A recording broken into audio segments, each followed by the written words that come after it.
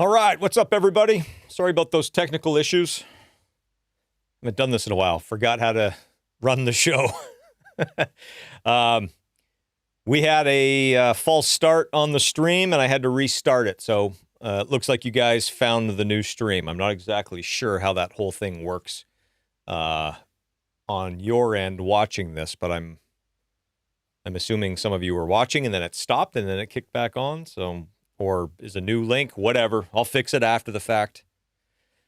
That's how the studio world goes. You just got to roll with the punches as things develop. So I don't have another computer here to check all my stuff. So you guys are going to have to give me the thumbs up on all the technicals here. Mic, playback, all that fun stuff.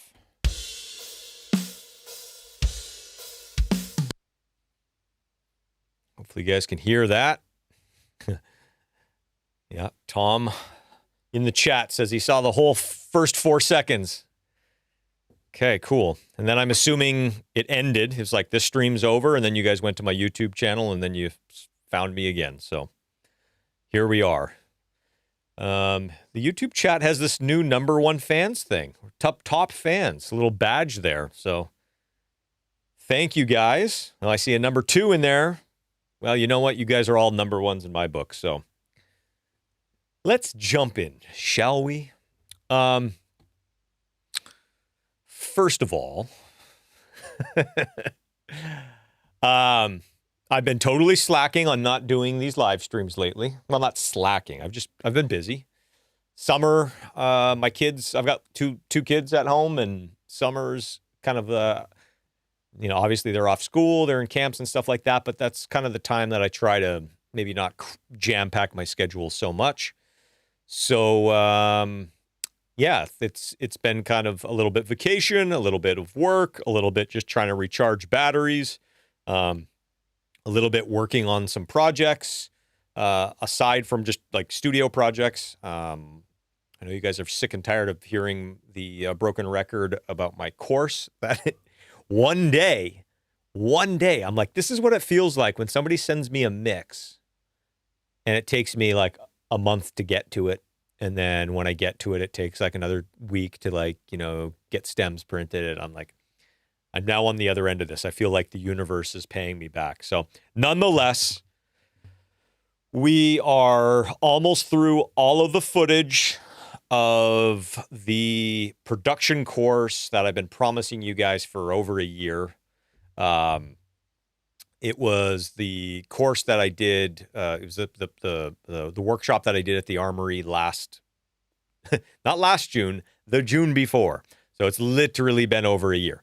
But you know what? It's unfortunately, it's just kind of been something that when I get busy in the studio, and when the other production guys that are involved they get busy, unfortunately, we got to make that stuff our priority. So this is, for lack of a better term, a little bit of a side gig for us, but I think it's going to be something special. I really do, and I'm not just saying that. Ironically enough, part of today's video is me convincing you guys I'm not a shill, and I'm not trying to just sell out and take all your money. Meanwhile, telling you how awesome my course is going to be. That all being said, so yeah, we got that. Also want to thank everybody who tuned in a couple of weeks ago for my live mix session, which was really cool. And I think I'm going to start doing that more often. So for those of you who don't know, I did over the course of 2 days, I did a mix for a client.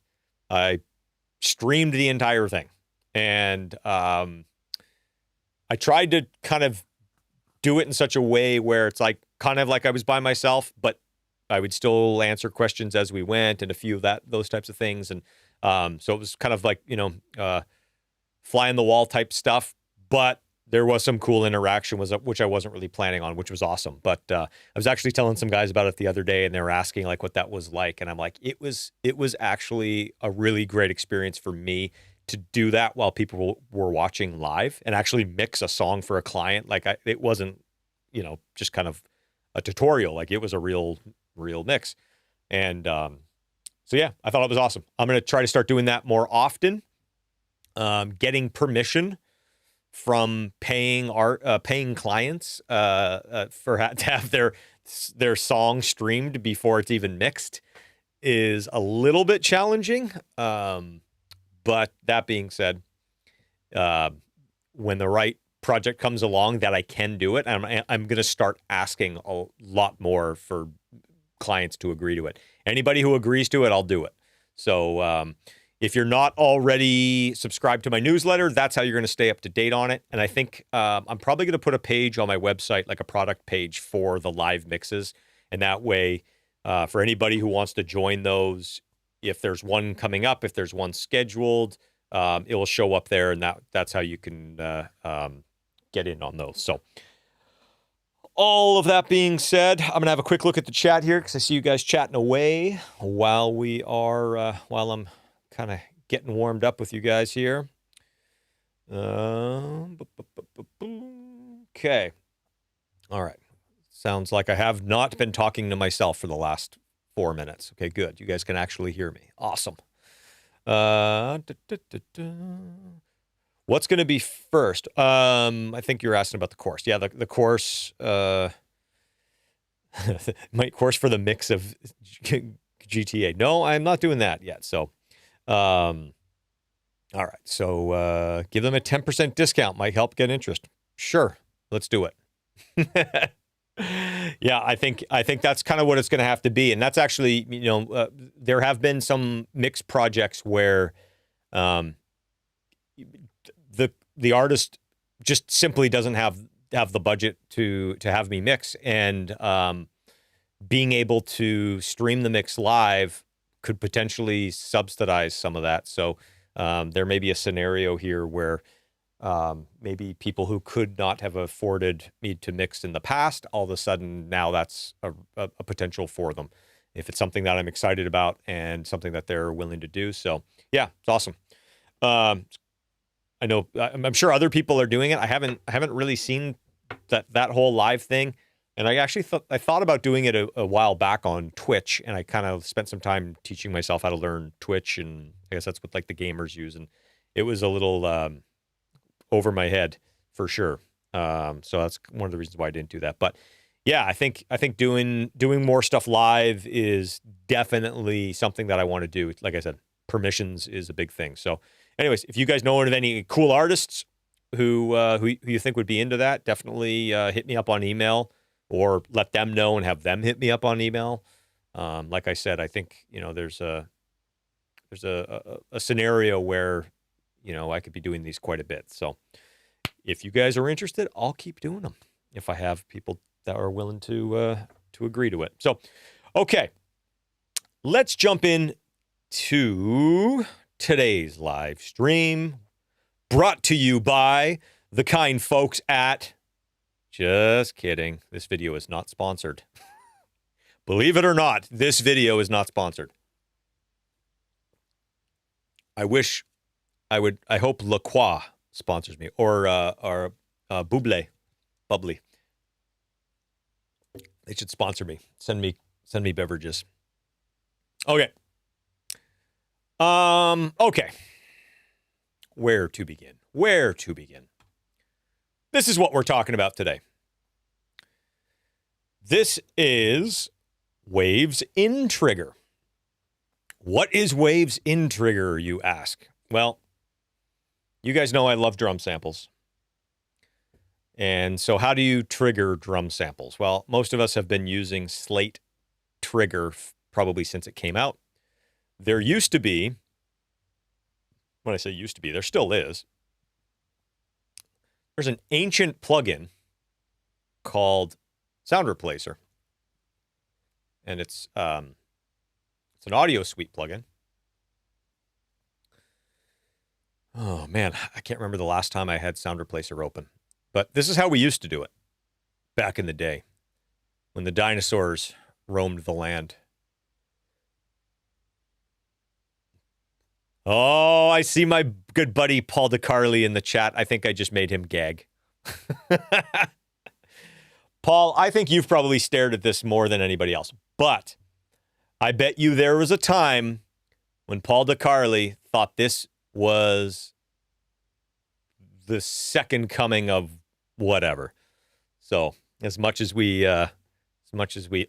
now about it, this was actually a really awesome plugin. And so what you would do is you would analyze your section here or whatever, I don't even remember how to use this. How do you zoom out? Zoom out. No, it doesn't matter. Okay. And then what you would do is you would drag down these sliders, and anywhere it picked up one of those little lines, it would load a sample. And it would basically give you that, that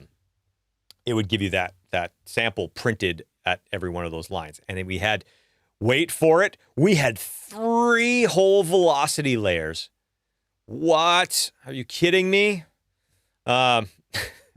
And it had dynamics control, and it had all this fun stuff. But this is how we used to do it. And it was not real time. You could not audition samples. You couldn't do any of that stuff. It was offline, audio suite, and then it would just commit a new track with all your samples. But back in the day, that was, I thought it was awesome. It did what we wanted it to do. Nowadays, we've got real-time plugins that do that. So, Drumagog, I think, was kind of one that popped up. Remember that? Oh, what was the company? I think Avid eventually bought it, but it was TL. It was at Trillium Labs. Let me spit out my gum. I apologize. Forgot to spit out my gum before we started. There was a company, I think it was called TL, and I don't know if they had a drum replacer thing. I don't know. Whatever. I'm having weird flashbacks to 2001. Anyways, Trigger 2 is kind of what has kind of become, let's say, the industry standard up till Trillium Labs. Yeah. Somebody mentioned the thing there. So everybody knows, by now, everybody knows this one. And this is what I've been using for, I don't know, however many years. And this has got some really great stuff. Most importantly, it triggers very, very accurately, which is awesome. But there is some downsides to this that even just the interface I find a little bit cumbersome, especially this page. The browser I find it incredibly slow and this is almost like using Sound Replacer in 2002. And the other thing is, if you have any sample libraries that aren't in the stock folder that it creates, so if you've got a sample library like I do, I have 2 sample libraries with just thousands and thousands of drum samples. That's where all my samples live. And whenever I load something, it takes forever. So I guess what I'm saying is, the reason why I think why Waves even decided to attempt kind of a replacement for Trigger 2 is because there is definitely some downsides to it still. And it hasn't been updated in a long time, and there's some workflow issues, and there's just some UI flexibility issues and stuff like that. So a little bit of history for everybody who's wondering why I'm even talking about this plugin, aside from the fact of loving drum samplers, is... or drum sample playback, should I say, drum samples. Waves reached out to me when they started, well, I guess they had already developed this plugin, but they'd reached out to me, I'm sure among other people, and asked to try it out. As you guys all know, I use a ton of Waves plugins. I'm a quote-unquote Waves artist. I'm on their website. I've been using their stuff for a long time. I love their stuff. I would use it. But here's the history lesson. Waves was one of the first companies that was making like legitimate good sounding plugins, like very, very early, when people weren't even really mixing in the box yet.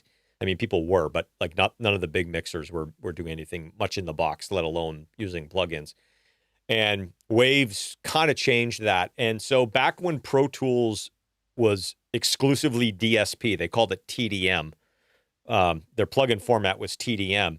Waves was kind of the company that started making really great sounding plugins for TDM. TDM, well, all plugins were expensive back then, but I think like the TDM bundle that I ended up buying in like the mid 2000s was the gold bundle plus Renaissance. And I think I might have paid like $2,700 for it. Not $27, not $270, $2,700. And in 2007, when the SSL bundle came out, along with the I think it was the VEQ, the V stuff, and then the API stuff, that was also the TDM version of that, I think was $2,000 or like $1,800 or whatever. So I guess what I'm trying to tell you is I'd have to get free Waves subscriptions for like the next 40 years to equal what I already paid to Waves in like the first 2 purchases I ever made. So do I get access to new plugins? Absolutely. As a Waves artist. Have I already spent thousands and thousands of dollars with them before anybody from Waves ever knew who I was? Absolutely. So there isn't any scenario here where I'm somehow getting my pockets fleeced with awesome, $200 a year plugin Waves update subscriptions. That's changing my mind about any of this. So I just want to get that across because I think, they're part of what the genesis of this video, I guess, was there was definitely some chatter online when my face started popping up. And I think some people felt this plugin maybe left a little to be desired and wasn't all that it was cracked up to be in terms of the marketing push. And yeah, my name kind of got thrown into the mix of kind of why I would be involved and speculation as to why I would be involved. But nonetheless, they reached out to me to test this out. And then I thought there were some really great features. I've had probably 5 different builds of this plugin, maybe not 5, maybe 3 or 4 different builds of this plugin. And so things have developed, things have changed, things have worked, things have not worked, things have then worked again. So I've kind of done a variety of testing on this plugin before it was released, before I shot that video, after I shot the video, and then recently when it came out, I downloaded the release version, I installed it, but I haven't really run it through its paces and done all the testing that I had done on the previous builds. So some of the stuff that I'm hearing about in terms of just workflow and accuracy and all that stuff, some of this is news to me, and some of this stuff worked really well on the previous builds, I guess. I don't know, maybe it's operator error. I don't know. That's why we're doing the video today. I was planning on doing this video anyways because it is a little bit of a deeper plugin than I think most people are used to in a drum sample playback plugin. And so I figured what we would do is we'd open the thing up. I'd give you kind of like my demo, not the one that, obviously I gave a demo on the Waves video, but, more of this real-time interactive thing, and then dig into some of the feature sets. And then we can also talk about some of the things that have come up, some of maybe the less desirable things, or maybe some of the accuracy flaws. And I will tell you this, I have been in contact with the Waves, the guys who are developing this, and they are absolutely enthusiastic about making this an absolutely awesome plugin.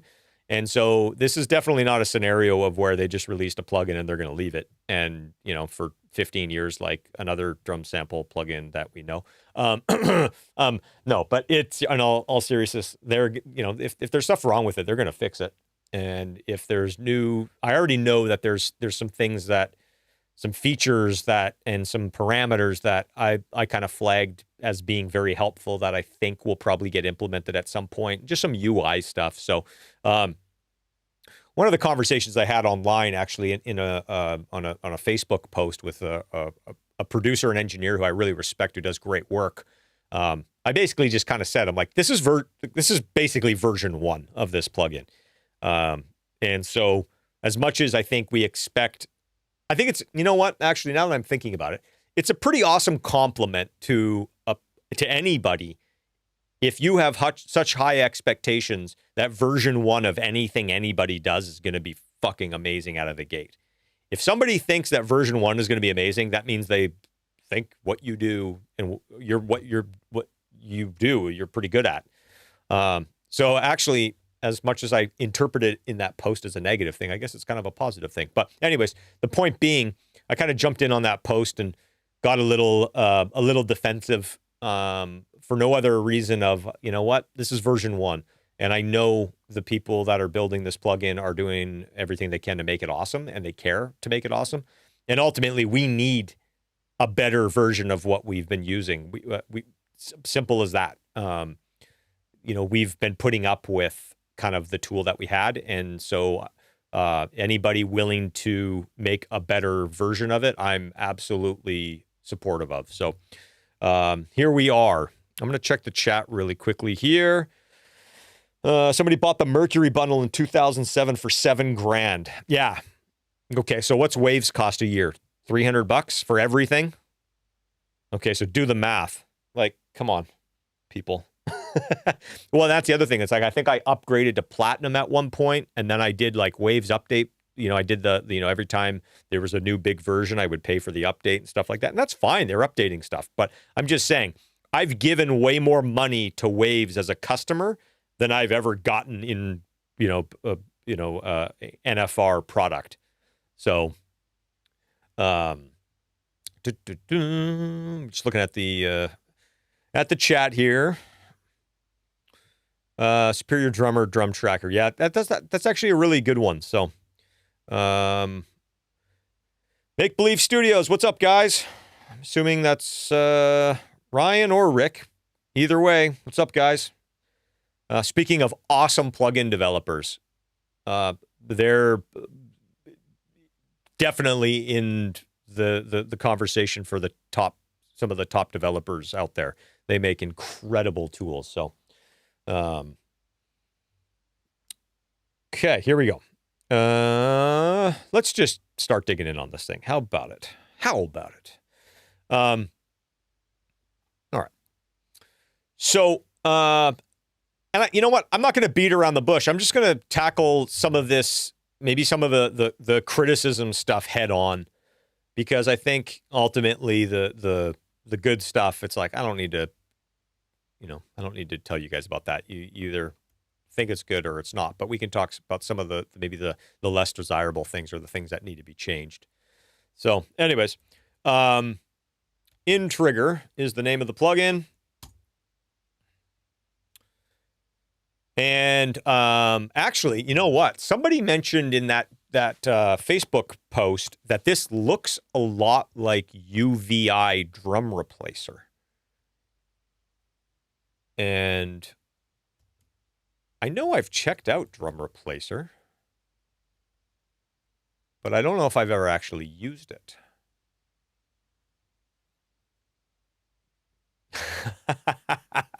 Sorry, I'm like keeping an eye on the chat here at the same time as I'm doing this, and somebody just says, why does the CB RVox preset always work?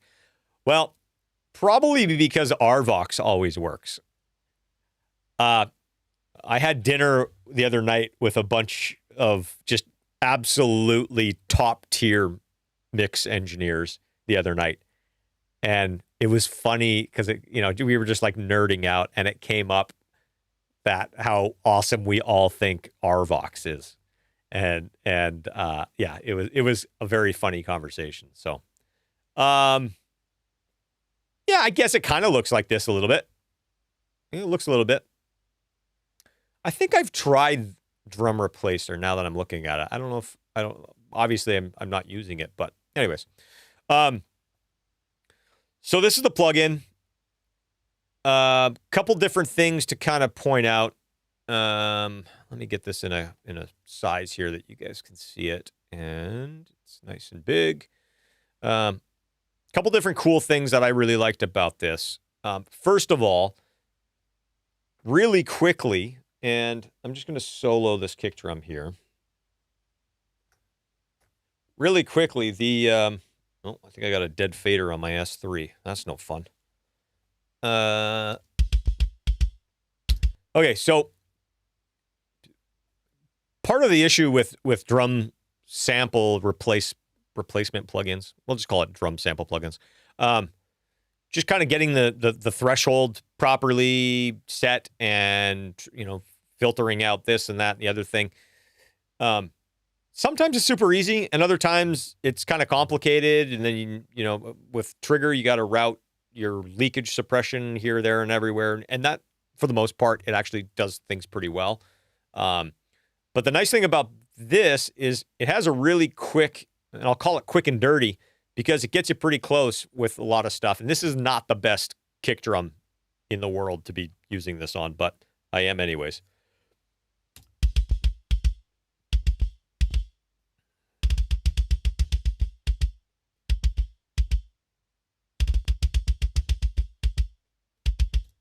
Okay, so it has already gone in and found a bunch of kick drums, and I believe the detection circuit not only uses threshold, but I think it also uses like it identifies the sound and finds similar sounds, and so that's what these blue dots are. They are kind of the sounds that are the most kind of similar to what you're trying to trigger. And so let's say there was a snare drum that was really loud.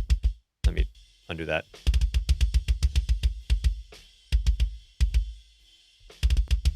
You know what? Let me pull this down and actually, let's get some more hits in there.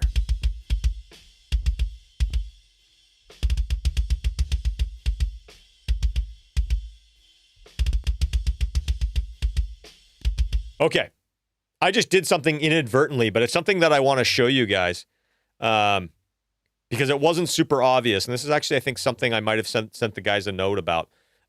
If you click anywhere in this window, it stops, kind of like stops the the transport, not of Pro Tools, but like of the scrolling of the waveforms. So let me do this again. You just click anywhere in this window, and it says it down there, but I guess a lot of people aren't seeing that.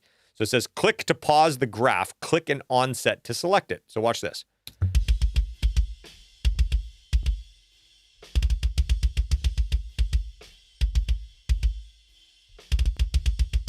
Okay, so you can just stop it. And now this is stopped. And it's stopped wherever I put it. But here's a good example. Like, look at those snares. Those snares are above the threshold, but they're not getting a quote-unquote trigger. I don't have any sound applied to this yet. But if I did, everywhere there's a blue line, that's where a drum sample is going to go. And the fact that this red line is below the threshold, or above the threshold, sorry, but is not getting a sample put on it is because of the fact that it's not the same sound. So there is some detection, some trickier detection stuff that will let you pull this threshold down a lot further than if you were, let's say, just using a level threshold only. So that is already, to me, beneficial. Now, here's the thing that, again, I heard a few people not realize you could do. So you can go into this. Let me find a section where it actually gives us some... Here.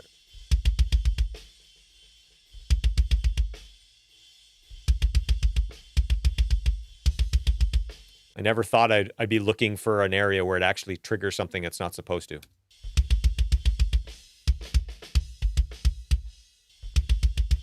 Okay, well, you know what? Let's turn the target off. How about that? Okay, perfect. I'm going to put a sample in really quickly just so you guys can actually see kind of what this is doing.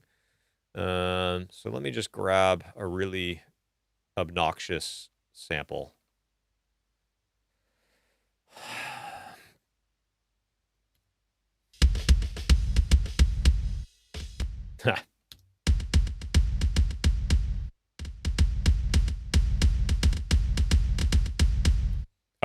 All right. So without the target, when you're only using threshold, you can see that you're triggering a bunch of stuff that you really don't want to trigger. So this is the cool thing about being able to pause this thing here.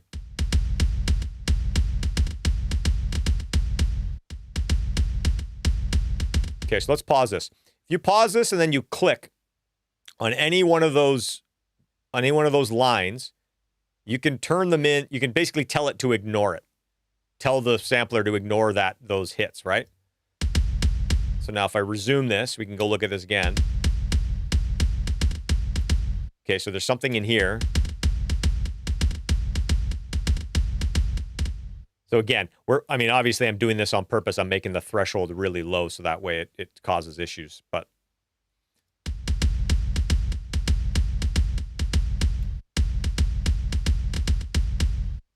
so there's something in here we got to do as well.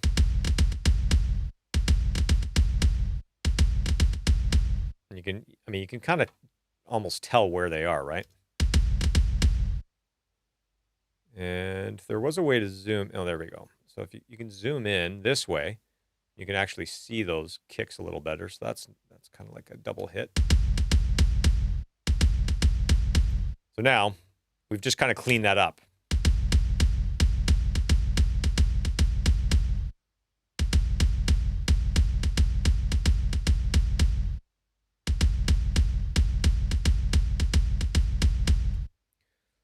So even if you're not using the target, you can still go in and edit those hits. And the nice thing about that is, so when we were talking about sound replacer, one of the tricks that Paul DeCarli probably invented was we would make a trigger track, like a track with just like, some people call them key spikes. Sometimes it would be a little tiny little sliver of the actual kick drum. I call them snippets. That's kind of my vernacular. And if anybody watched the live stream that I did with my assistant Irene, where we went through a bunch of different kind of workflows of how to most accurately trigger samples, you'll see those little snippets that we use. And the idea behind the snippet is the closer you can get to the very front of that kick sample or whatever it is. Let me show you here. Let me close this for a second. All right. So let's just go in on one of these drums. Okay. This is a perfect example. All right. So if you can see this, the beginning of the sample starts right there, right? That's where the beginning of the sample starts. But the loudest thing on this sample, and I'll use this as a little trick so I can show you guys. I just want a line so I can... actually, I'll use the volume here. Okay, watch this. I just want to put a line over top of, see where the loudest peak is. Okay, cool. All right, so now you can see that this is the loudest part of that waveform. If I can only pull down the threshold to, let's say this volume automation line is my threshold. If I can only pull that down to here, let's say, it's going to put my sample right there because that's where it's exceeding that threshold. So the idea of a snippet is, or a key spike, is to be able to pull the threshold all the way down in, this isn't threshold. So anybody who's watching me wondering, what the fuck is he doing with this volume automation? I'm just using this as a visual example. The idea was we want to be able to pull the threshold all the way down so it triggers right there. We don't want it triggering here or here or here. We want it triggering right there. And so if we pull the threshold all the way down, most of those samplers are going to trigger it at the beginning of that waveform. So again, if we do a little snippet, this has actually got a nice front end on it. So we probably could have used this instead. But you get what I'm saying. So when you're using any plugin, whether it's InTrigger or Slate Trigger or Sound Replacer, the goal was, for me, is how do I get the track prepped in such a way that I can bring the threshold all the way to the bottom and give myself a better chance of all of those trigger points where the drum sample is going to be, where they are going to start at the same spot. If the whole thing's late, that's fine. I can move it. But as long as they're all in consistently the same place, that's where we're ultimately trying to get to. And the problem with this threshold floating around like minus 30, minus 40, it's going to trigger it in a different place based off of how loud it is. Like this one's going to probably trigger it right there. This one's going to trigger it. Well, that one's kind of looks the same, but like here, down here, this quiet one is probably going to be so late because when I pull that threshold down to get that, well, this one's going to trigger probably right there, but this one's going to trigger right there. So my goal has always been, I want to be able to pull the threshold all the way down in whatever I'm using. And so having the ability to do, number one, go and edit stuff out, but also use a target gives you a little bit more flexibility and a little bit more of an option to do that, even when the kick drums aren't super clean. So let me turn this back on here. I think I'm gonna have to relearn this. Let me relearn this here.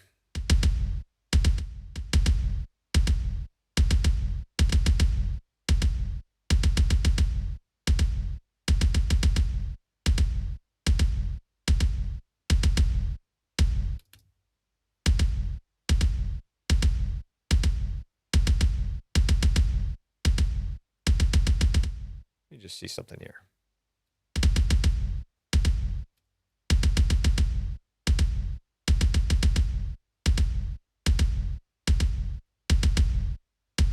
Like, that's pretty damn good. I don't think any of the other plugins can do that. At least, like, I haven't had that much luck. I haven't prepped this.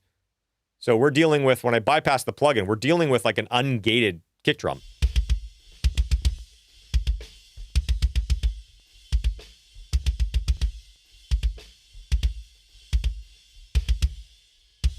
So if I was recording a drummer, oh, we haven't even mentioned that they have a live version. Now, I haven't used the live version, but apparently they've got a live version you can run like while the drummer's tracking. Like, that's crazy. But being able to target the actual sound, and it kind of does it automatically, and then just dragging the threshold all the way down like that, that's to me, that's like, I don't know, that's something to be pretty excited about. You do have some parameters here that you can kind of go in and adjust. And if you do get that one or two hit that you're just like, no, that's not supposed to be it, that's where you click on this and pause the thing and let it roll. The other cool thing, and actually somebody mentioned earlier to me that they really love the gate. The gate does sound good because it does the same thing. So let me just, we're going to mute the sample altogether, and I just want to monitor the source, and we're just going to listen to this thing as a gate.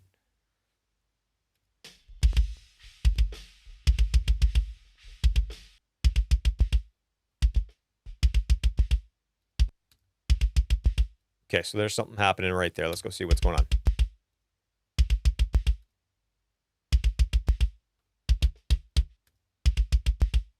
Okay, I'm just curious because I haven't experienced this before, but you can see where that trigger is actually late. See where that's triggering? I don't know if we can zoom in any further, but that's triggering a little bit late, so the gate's opening up. So one of the things that I don't know, well, I guess I'm answering that question for me. Let's see. It would be nice to be able to move that, and I don't think in this version you can. So it'd be nice to be able to drag that and move that to the left, because I can see visually that this is late, and that's why we're hearing that tick on the 1, 2, 3, 4, 5th one.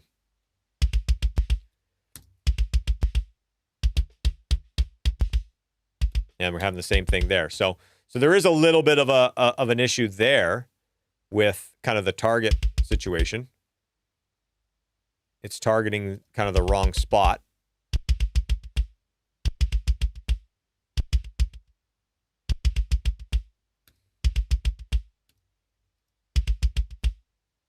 Yeah, so we gotta put that back, but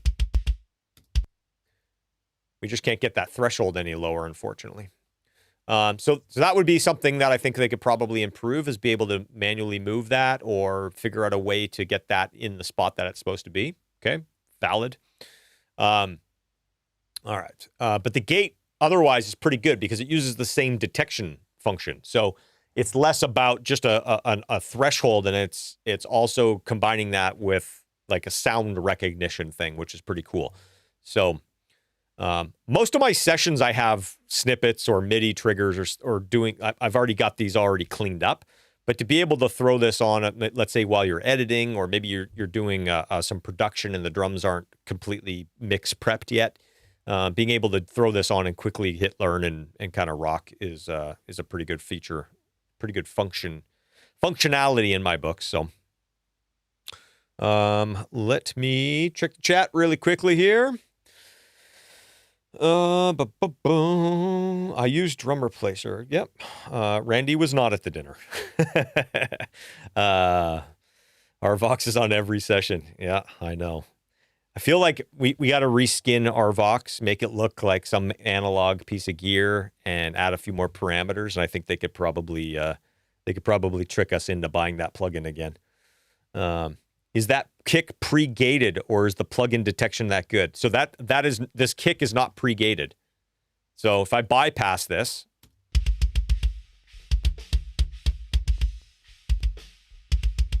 you can hear the leakage.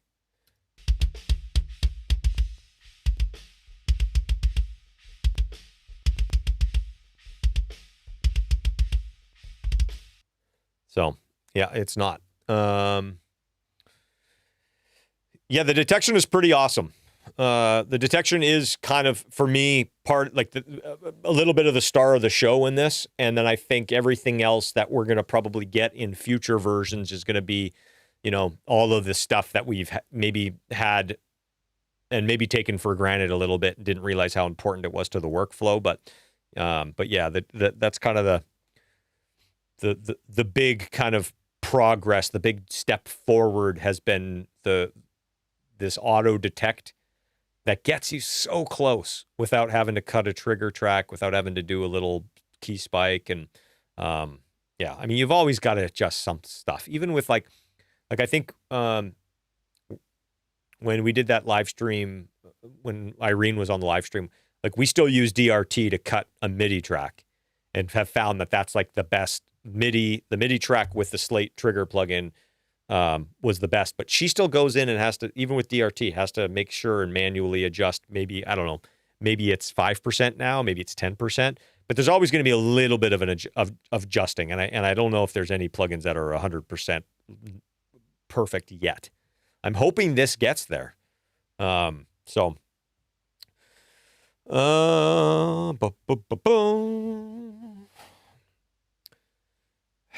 is InTrigger going to handle multi-layered samples? Okay, we're going to get to that in a second, because that's one of the things that, again, is probably going to be really expanded upon in future versions. That being said, there is an option right now, which is pretty cool. So, okay, Dave, can it be triggered from MIDI? Not that I know of. And that's something that I asked about early, and I don't think it was. I can't remember if they said that that's like going to happen soon, or if that's kind of down the line. But triggering up from MIDI is for me is very important. So hopefully they get to that sooner than later. So,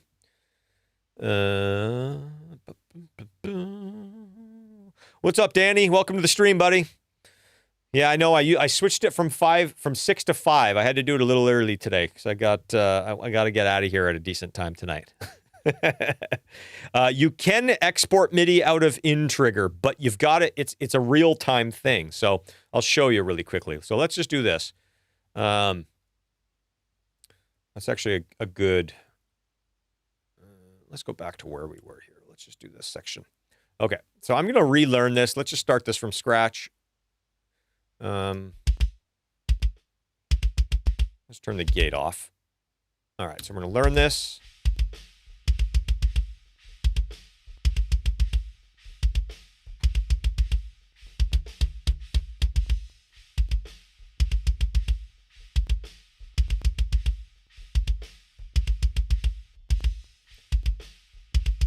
Okay. All right, so we've got our section here, okay? And I'm just going to make a MIDI track, and we're going to record onto that MIDI track. So right now, the MIDI out, just basically maximum velocity, minimum velocity. You've got this 30 curve, and it's going to put it out on C1. Let's have it go on, or sorry, C3. Let's have it go on C1, because I think most of my kick drum things are, actually, you know what? Instead of going on a MIDI track, let's go on an instrument track. That way we can just trigger something off of it right away. All right, so we're going to go on our MIDI input on that track that I just made. We are going to InTrigger, record.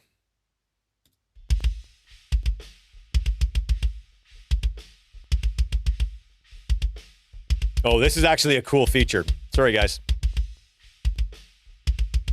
Sorry.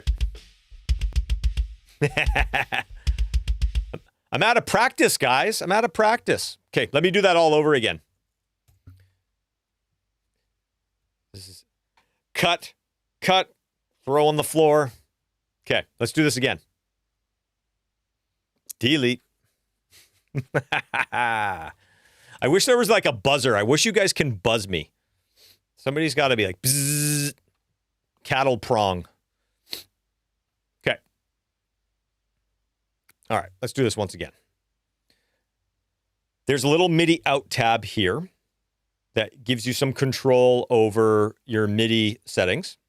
Yeah, exactly. Thank you. Text me. Well, I got my phone on Do Not Disturb. That's not going to do any good either. All right. All right, back to this. So for exporting MIDI, it's not like an offline thing. You got to record it onto another track, which for the most part is fine, because once you kind of go through and you clean everything up and you've gone through and made sure any hits are kind of not an issue anymore, but then you can just export the MIDI. The other thing you can do, if you find editing in MIDI easier than like dealing with the screen, like the little window here, you can just like drag the threshold all the way down and then just go get rid of all the stuff that's not MIDI. But anyways, we'll deal with that in a second. All right, so most of my drum samplers that I use, the kick drum is on C1. So I changed this to C1. I think it defaults at C3, but I changed it to C1. And C1, this is what I was going to say when you guys all yelled at me for not having my screen share on.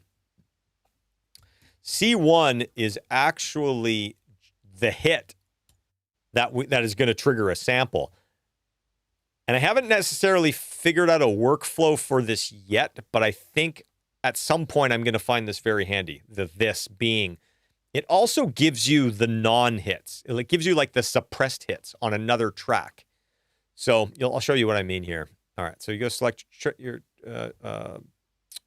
select InTrigger for the MIDI. We're going to go into record.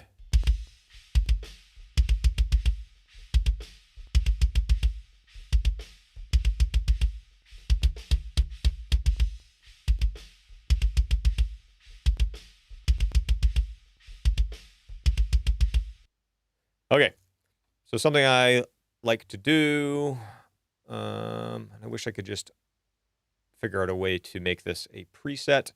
I like to have a real-time property on all my drum tracks. This is my way of like getting a kind of like the way that Cubase has the drum tracks. But wait a minute.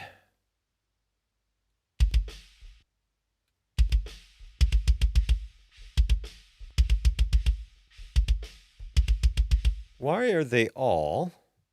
Okay, so this I don't know if this is user error or if this is a bug.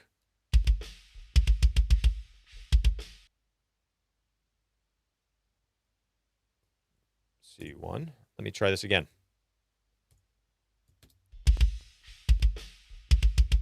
Nope, still doing it.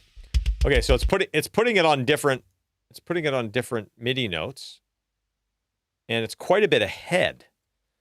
Which, let me see if this is that new weird Pro Tools setting.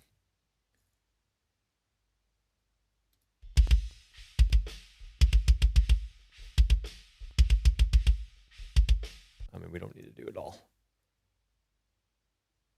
I mean, if you put it back, it's probably going to get you pretty darn close. Maybe not. Okay, so this I've actually never tried. I haven't tried this function on this version yet. But I think you have to assign each target a MIDI note. Ah, gotcha. Yes, yes, yes, yes. Thank you. Okay, so that I wish wasn't like that. I guess it would be good as if you know, if there were separate sounds. Okay. Okay, Ryan, is that you? Because I'm just gonna keep calling you Make Believe Studios. Let me know it's you. If it's Rick, I'll just want to make sure I'm addressing the right person who's ever given me these awesome tips here. There we go.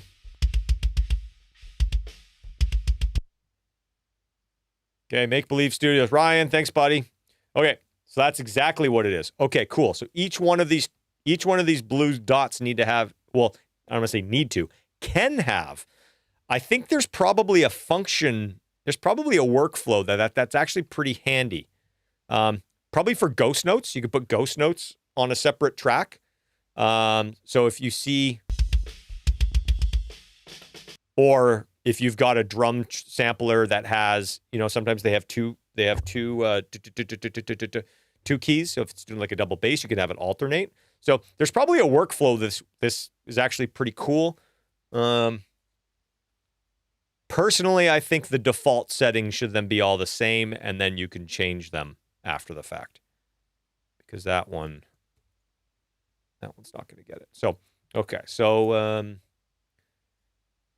then I'm not sure why the timing on these would be so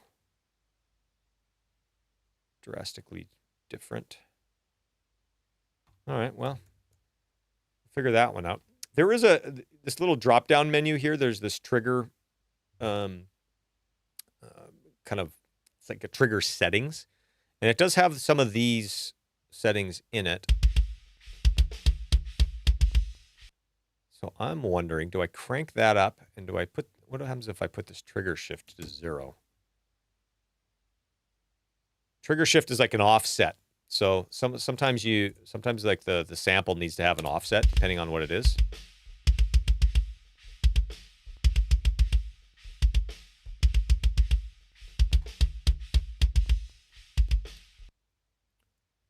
Okay, so let's see what we got here.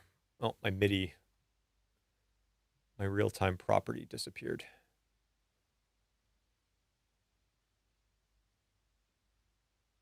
Let's take that down to 50. There we go.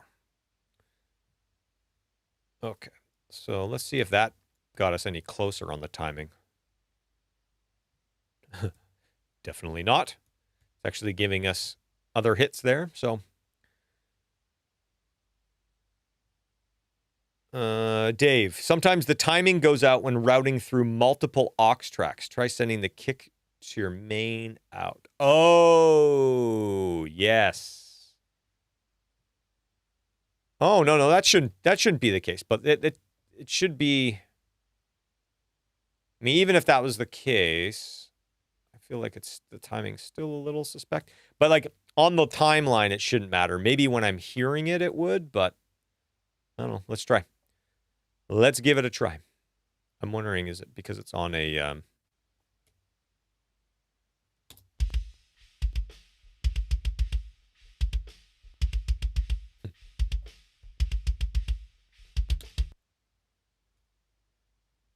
Oh, hang on. I got to bring this down.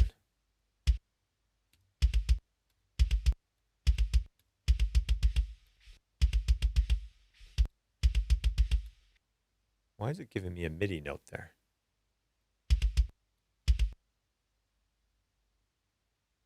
Let me bring the sensitivity down a little bit more. Okay.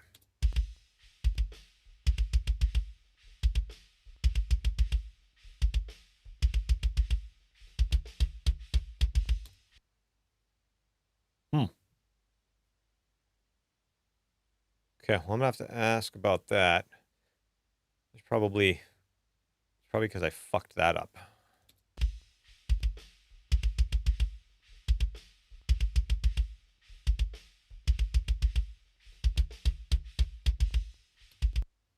No, still a little different. I mean, that could be even a Pro Tools delay compensation thing. Who knows?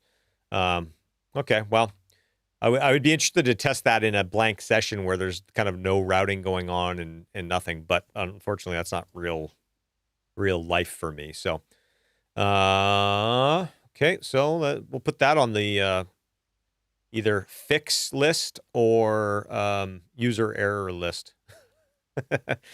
You know what? It's interesting. There used to be a time when I used to just assume when something didn't work properly that it was user error, and not something wrong with like a plugin or piece of software.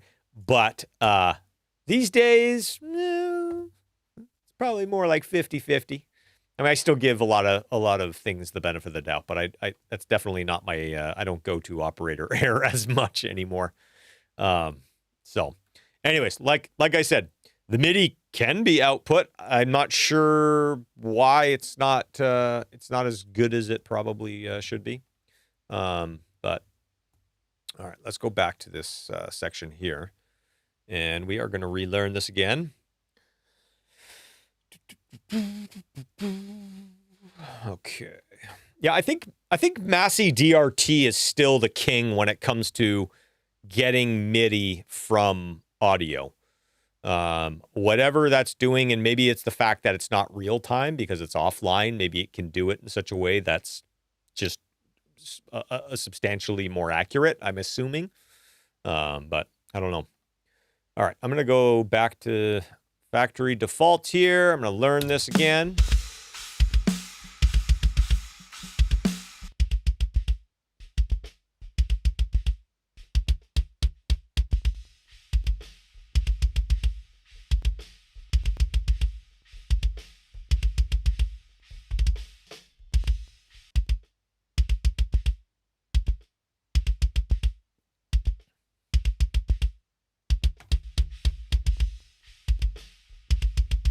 Okay, so now let's let me go to I'm going to go to the chat one more time. Just kind of I see a couple more questions popping up here that might be relevant to kind of what we got going on here.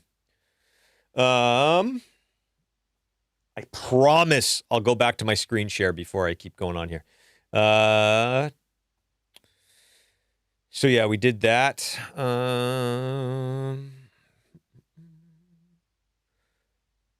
You had a trick with learning the full song in Trigger to export MIDI. I can't remember how you did it exactly. Do you have an offline bounce or something that would work there? Okay, so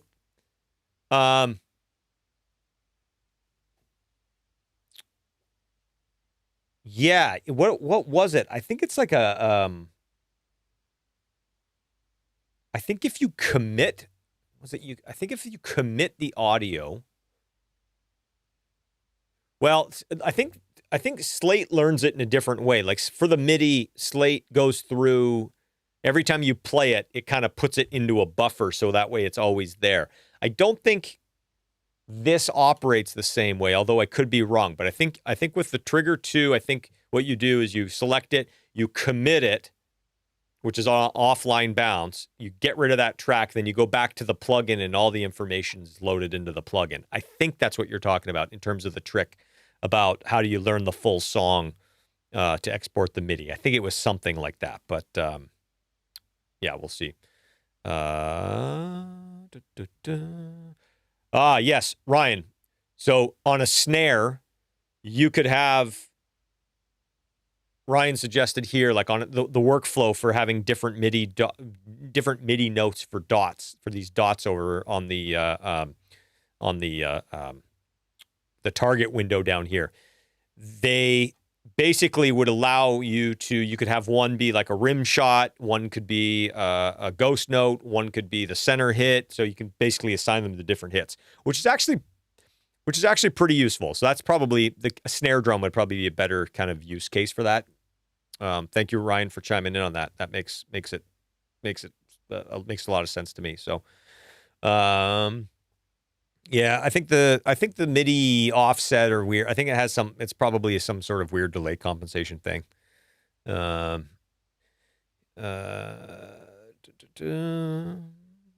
Rich mentioned that it worked fine for him, but he uses Reaper in the VST version. So yeah, like I said, I've got a bunch of weird routing. I've got a bunch of odd kind of setups here that it could be just that. And honestly, I was testing another plugin for another company last week, and I guess the delay compensation, like the plugin has to report to the system what the delay compensation is, and so that way it knows what to do. There's like an amount given, so maybe it just gets incorrectly reported. I don't know. Who knows? I don't know. I'm not a coder by any means. So,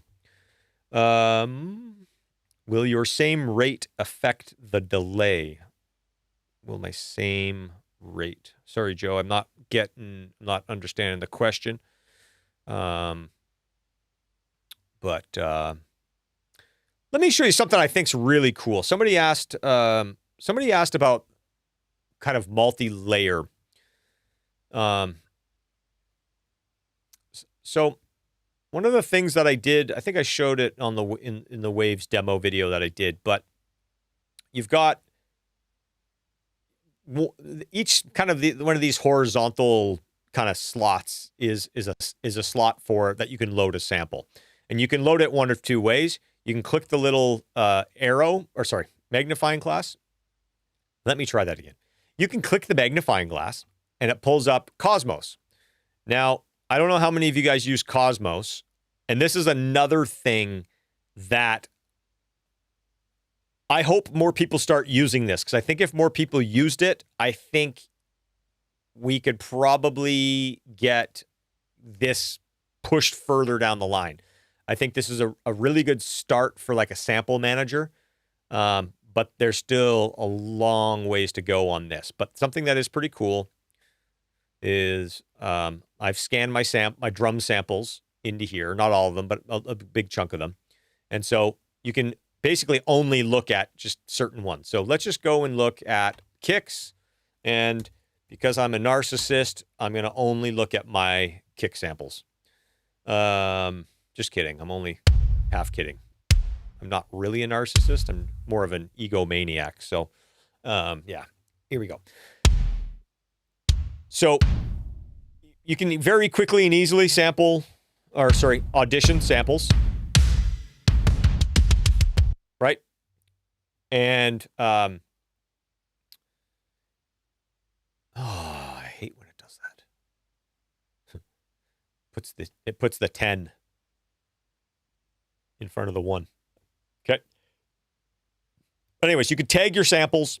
You can search by what instruments they are. You can turn on and off different libraries to search. I find this a little bit easier than using the Finder for a variety of reasons. But here's the really cool thing. So we learned this, right? Let's go here.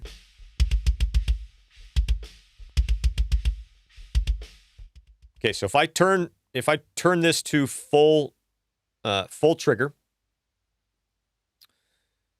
and let me make this just a little smaller. Actually, no, I'll leave it big for you guys. But so right now we're not monitoring the kick drum that's on this track. We're only monitoring the trigger or the sample, but we don't have a sample loaded yet. So here's the cool thing. Okay, let's just put one in.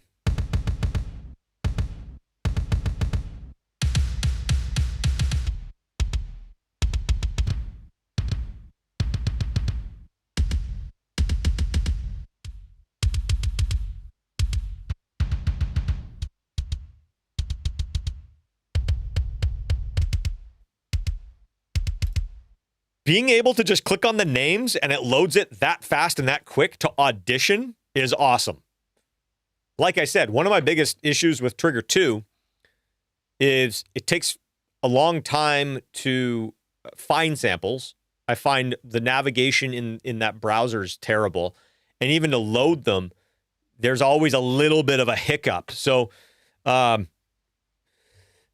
find this workflow, I think if Cosmos can just be refined a little bit to have just maybe, I don't know. I don't know what it is. Maybe it's a UI thing. Maybe it's just, there's a few things in here that I just find a little bit clunky. I don't know.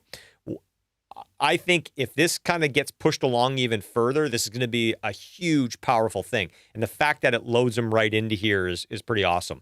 So even if you're using a different, like if I just went to, I don't know, let's, this is actually a good one because this is a massive, massive library. So.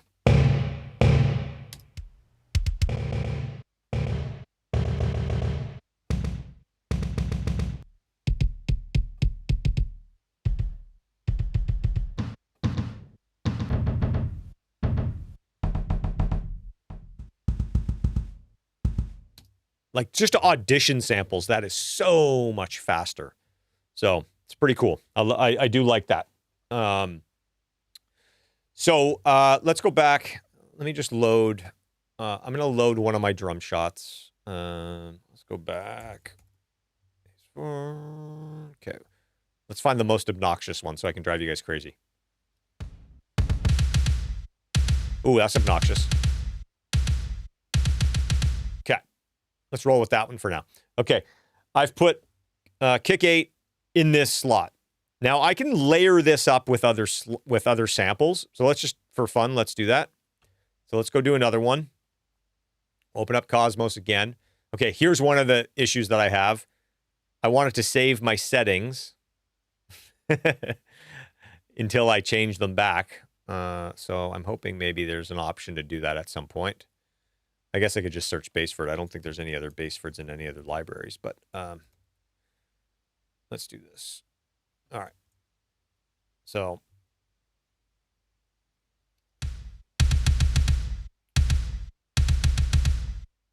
all right, so now I loaded.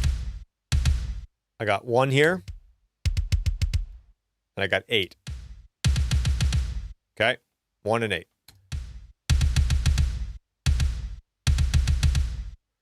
So now you can do a couple different things. You can either just use the settings up here to, here, let me turn this one on.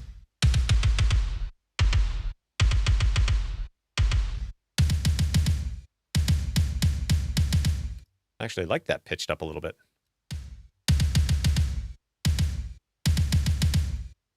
So you can change the pitch, you can change the panning, you can change the volume, you can change the delay, all that stuff. There's also this function humanize up here. We'll get into that in a second because that's kind of like the next feature that I would say sets this apart from other apps or plugins. And I think I'm going to make a prediction that pretty soon down the line, let's say within the next like 3 to 6 months, if this humanize just gets refined a little bit and gives us a few more parameters that we can control ourselves, I think this is going to become something that like we're going to be like, how did we ever use one shots without this? I think this is going to be a pretty huge advancement. Like I said, it needs a little refining, but it's pretty cool. We'll get to that in a second. But basically, you can have, I think, up to 8 layers. 8. Let me see. 2, 6, 7, 8. Yeah, so you run out at 8. So you can go up to 8 slots here with the samples. Sorry, I'm just trying to get this Windows much as big as possible for you. Okay, so for these different layers, you can just have layers that just run kind of next to each other. You can have layers that sequence through. So as they hit, they just sequence through. So this would be like if you had four hits, but they were all just a slight bit different, and it would just cycle through them, kind of like what some people refer to as like a round robin. There's also random. So this one, same idea. You'd take like, so that way, if there's a snare roll, it's not playing the same drum on every hit. It kind of just randomizes them around.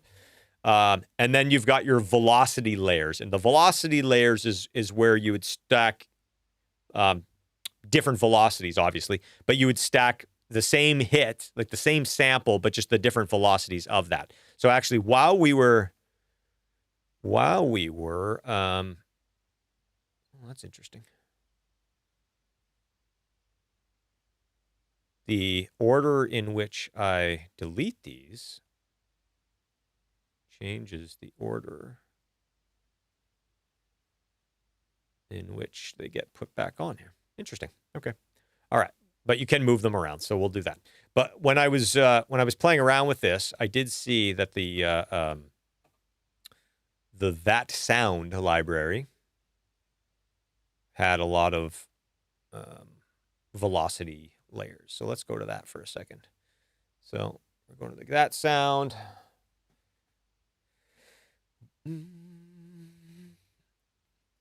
Let me just. All right, let's use that one.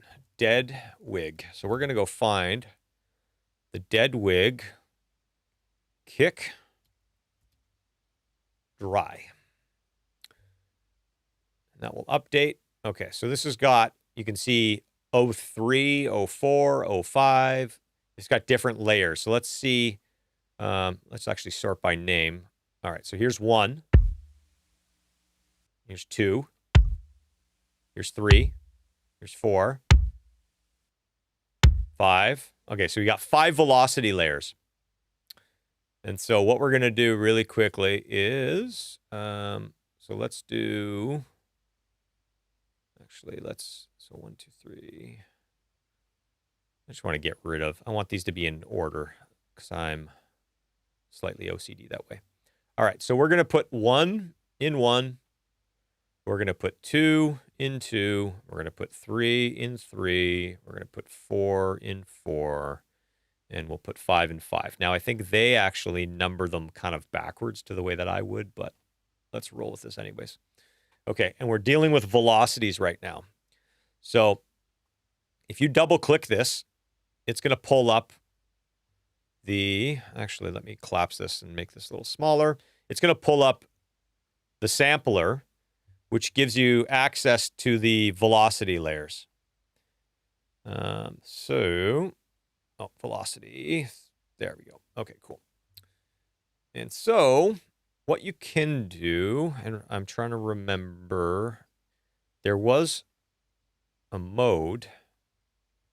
I'm trying to remember the screen. There was a screen that actually made adjusting where the velocities were. Oh, there it was. Pretty easy. Okay, so 1, we're actually going to, they actually do the opposite numbering than what, when I say they, that sound, that library, I think kick 5 is the hardest. I wish there was a way you could click on that and it would just play it. That would be nice. Okay, anyways, we'll do this. Okay, so 5 is going to be, let's say, from 110 to 127. 1. Why isn't this letting me do this?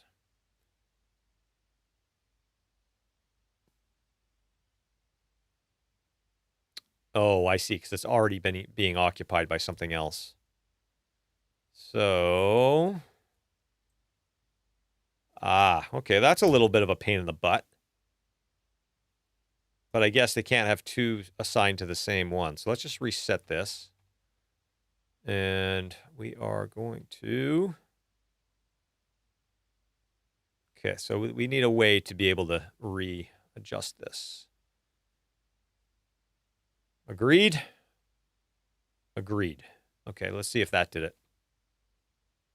Sure did. Okay.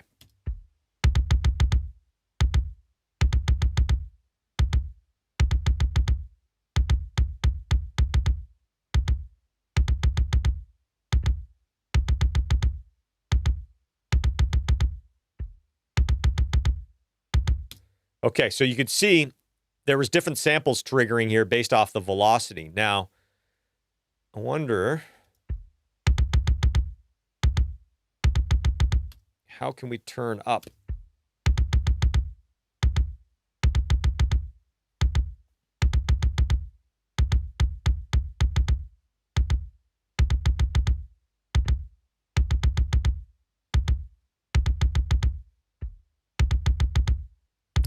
So it'd be nice to be able to have a really easy way to increase the velocity, so that way if I want these to be kind of hitting more of the top velocities rather than the lower ones. And I'm not sure the best way to do that.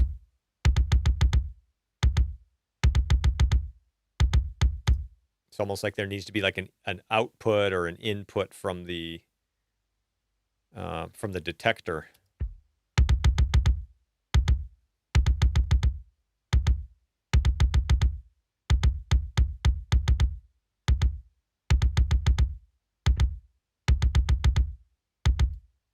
Okay, well, that's a question that I'll have to dig in on.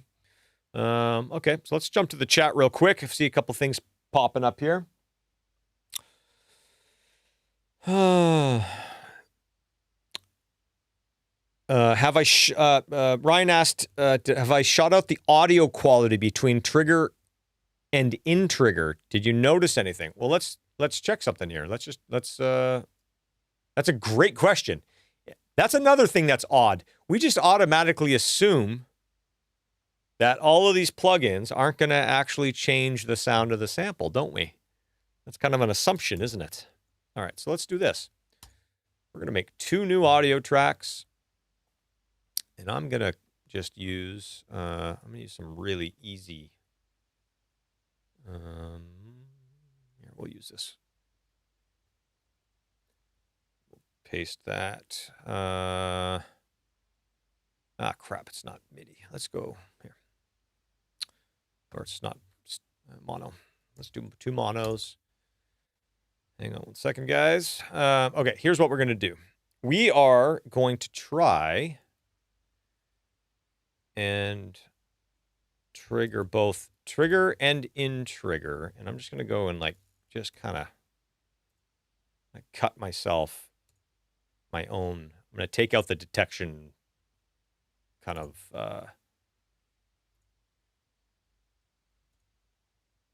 that variable is going to be gone. So this is what we're triggering now.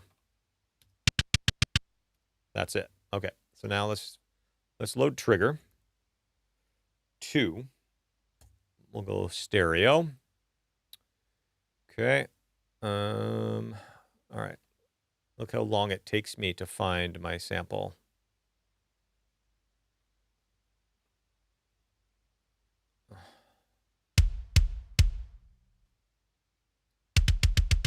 Okay. So let's go back there. Let's turn the sensitivity up, detail all the way down.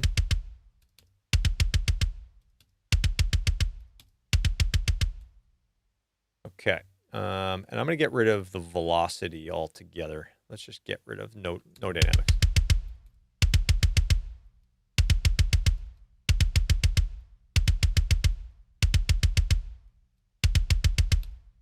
Okay.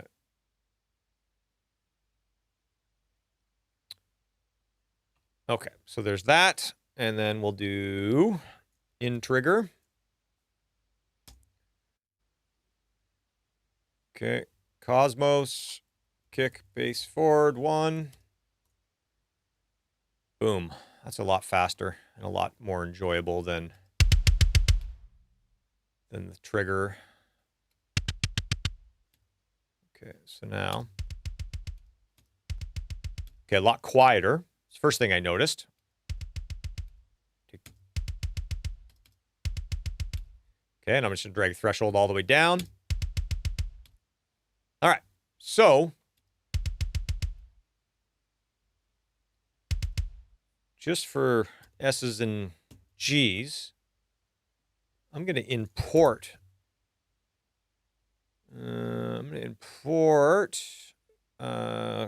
Kick, Baseford 1.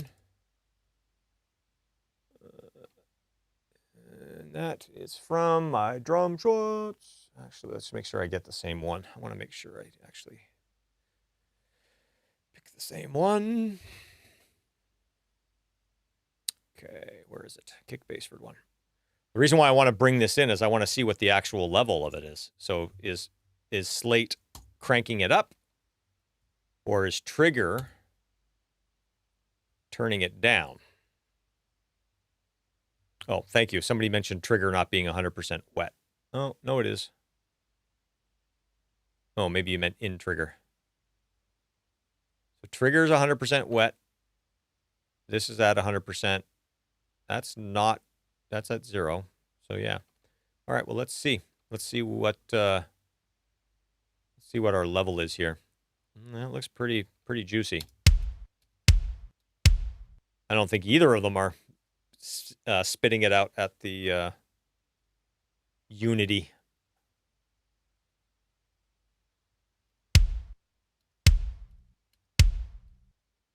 Interesting. Somebody in the chat mentioned 6.09 dB. What's that? You might need to add to Slate to match volumes. Okay, so they trim it down. Gotcha. So that's just an internal kind of trim, and I guess InTrigger is doing the same thing. So, all right, well, let's just commit these tracks and see what we get. Actually, before I do that, just to keep things, so we'll call this Slate, we'll call this Waves, and we'll call this the actual sample. All right. Okay, let's see. Okay, let's commit this and see what happens. Just do nothing. All right.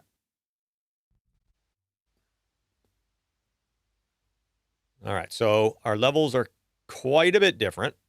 And the other thing I'm going to do is I'm going to actually go and throw this sample down here.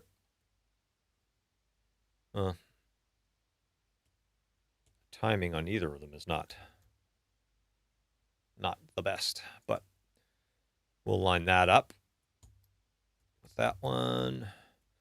So out of curiosity. Okay, so this is kind of typical MO of drum sample software, right? You drag the threshold all the way down, so we should be starting as close to the beginning of the trigger, quote unquote, as possible. It's still a little late, so I adjust it here so that way it's hitting at around the same time. All right, so that hit is hitting at the same time as that. Fine. Okay, now let's go check the second hit. The second hit is late. Okay. The third hit is a little early. We're talking about Slate. On the Slate. Fourth hit is spot on. Fifth hit, pretty damn close. Even the sixth hit, we're pretty close too. Okay, so I don't know how we had 3 that were kind of out after we made that first adjustment. Okay, so let's check. We'll check the Waves InTrigger now. All right, so we got to zoom in here. Let's line up the beginning there because we dragged the threshold all the way down. I'm going to have to blow this up a little bit. So threshold's all the way down. All right, now we're lined up. Let's have a look at second hit. Second hit's late. A little bit later than Slate.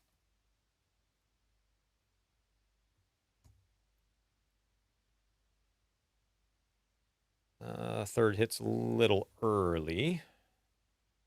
But I guess it's might be triggering off of this junk because I did drag the threshold all the way down. Fourth hit is a little closer. Fifth hit's on. Sixth hit's a little bit late. So as you can see, they all have a little bit of variance. It's not bad though. But let's check the audio quality first of all. I'm just curious as to. Let me make sure that we're lined up exactly where we need to be here. And I'll line this one up too. All right, so I'm just going to gain this one up so that way it kind of looks the same.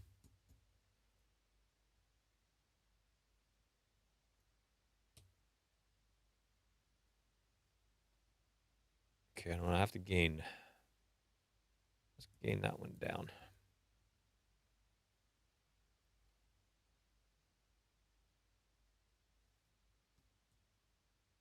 All right, so we're pretty close. All right, so let's see. I'm just going to do a little phase test here.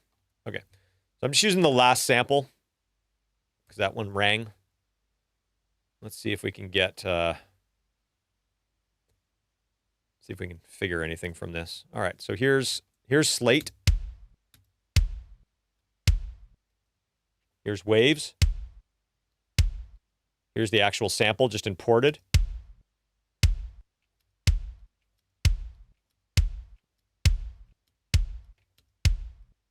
All right. Okay, so now let's start flipping phase and see what happens.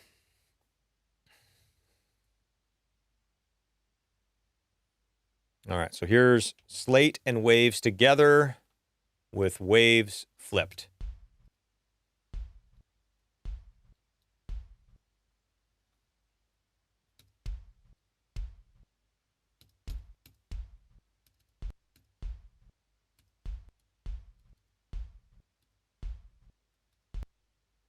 I mean, it's not exactly canceling, but pretty close. Huh.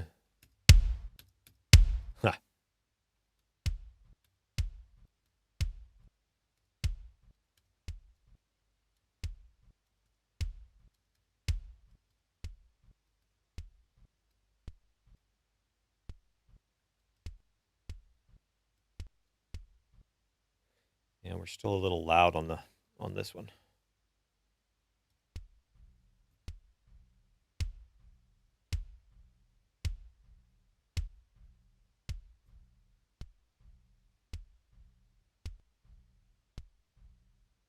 That's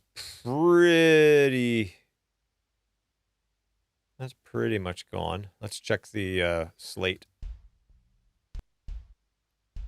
Interesting.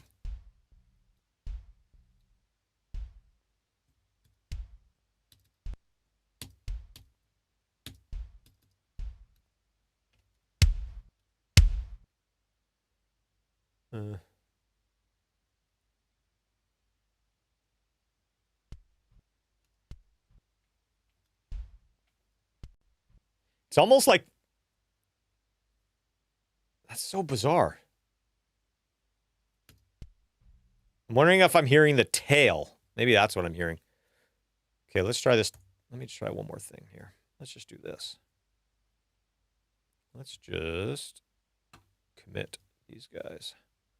Sorry, guys. I'll jump back into the chat in a second. I'm actually a little intrigued. So let's turn that up.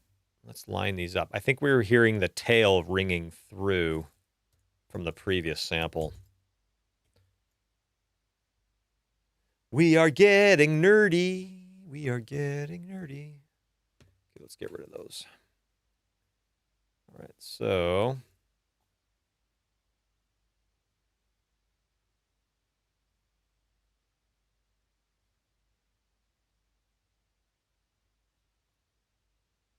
all right, so here's what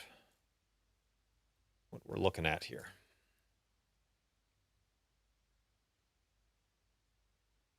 All right.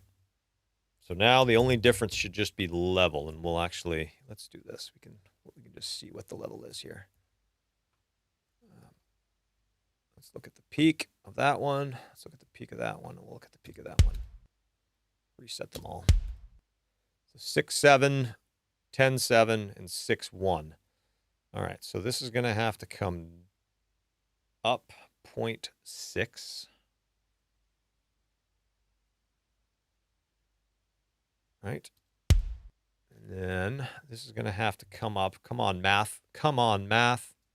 Well, let's just get a little higher here.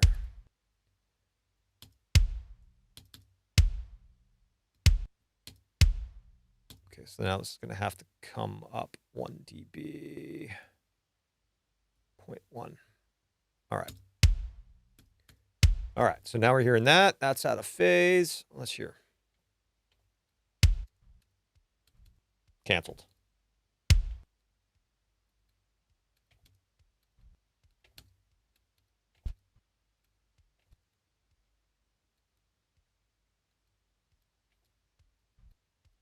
I hear a sliver of something on the in trigger.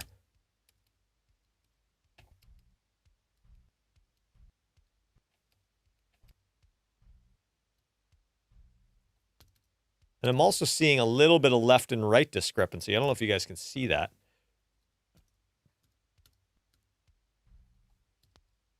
Oh, no, that's across the board on all of them. Never mind.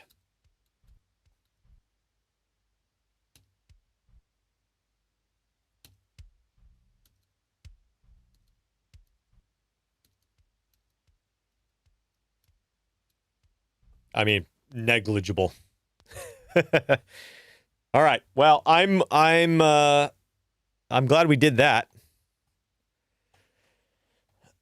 That was pretty nerdy. So I think if I had to guess, like all those sample plugins, they're bringing the levels down because they're thinking you're probably going to start layering stuff and then it's going to start peaking like crazy. So they're just trimming everything down to begin with. So, all right. So we have determined. So Dave, yes. So so how a lot of these,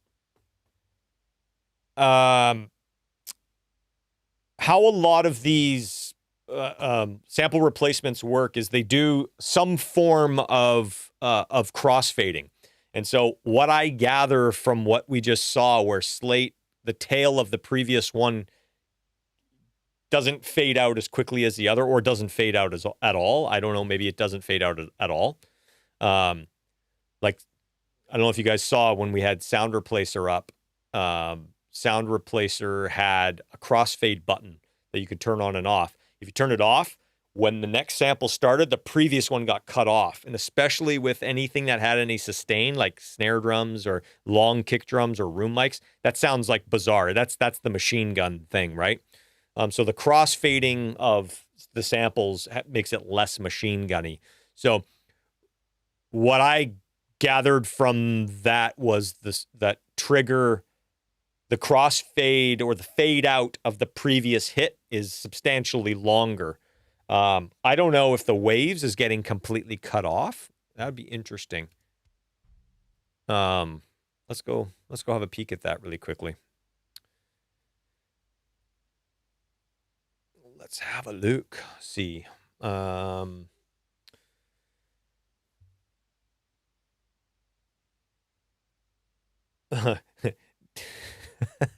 Sorry. You guys are hilarious in the chat. I love this. It's entertaining for me.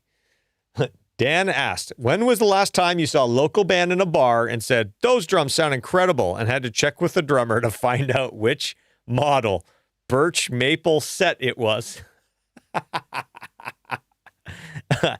Never. Wow, those drums really sound great. It must be because they're maple. Yeah, that's funny. It's hilarious. Yeah, that is funny. Or if we want to talk guitars, sometimes guitar players get pretty nerdy too. Be like, oh man, that guitar tone would be way better if that was a rosewood fretboard. So much better. You know, I just can't stand it. I can't stand the sound of those maple fretboards. Oh my God. Stainless steel frets, man. Just kidding. It all matters, man. It's all little increments. Oh God, I love it. Okay. Where were we? Man, I feel like we just got in deep. Okay.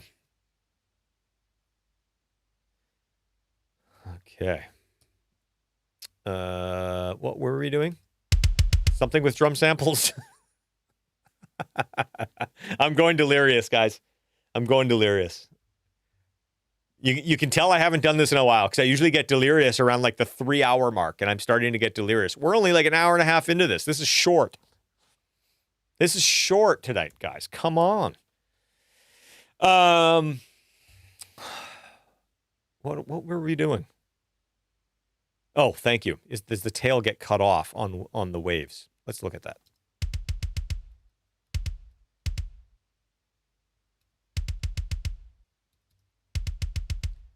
All right, let me just turn this up a little bit.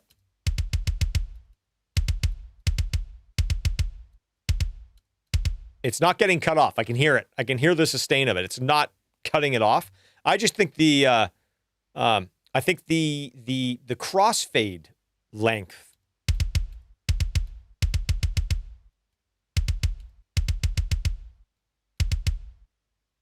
The crossfade length seems definitely seems longer on Slate. So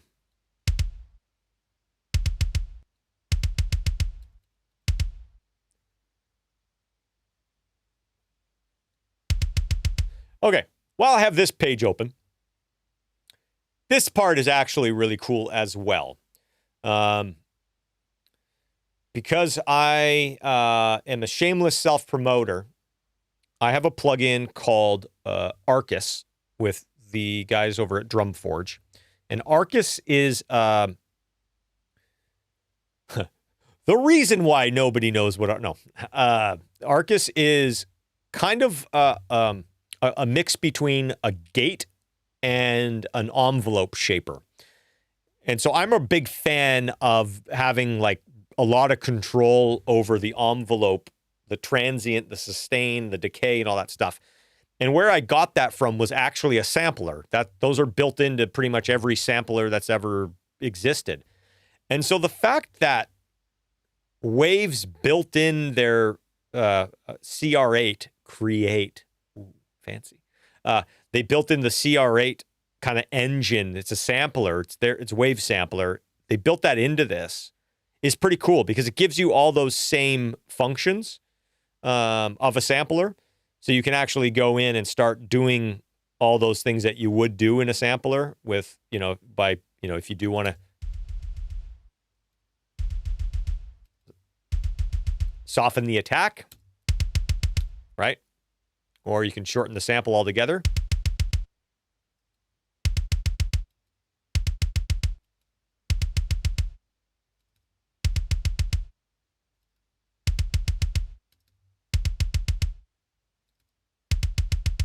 So it's actually a really great way to tweak the sample. You've also got a filter down here. Again, it's like you're getting all the functions. I just never understood, like especially with drums, why more drum-specific plugins aren't kind of built like, don't have the controls of a sampler, because there's so many really powerful parameters in a sampler.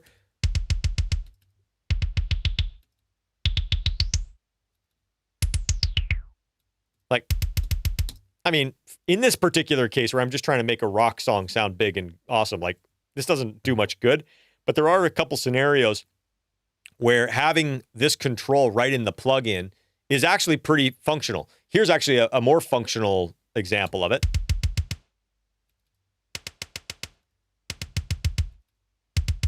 Being able to shape the EQ for the sampler that you're I'll get back down to that in a second.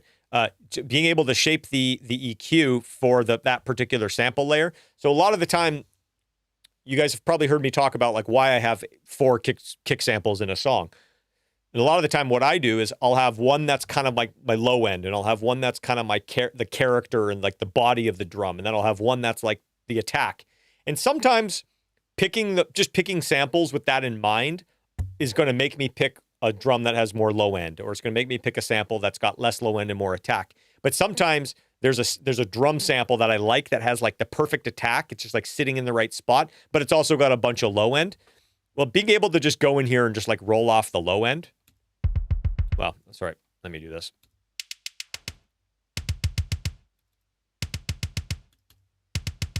Right, so then we can go let's go grab another sample.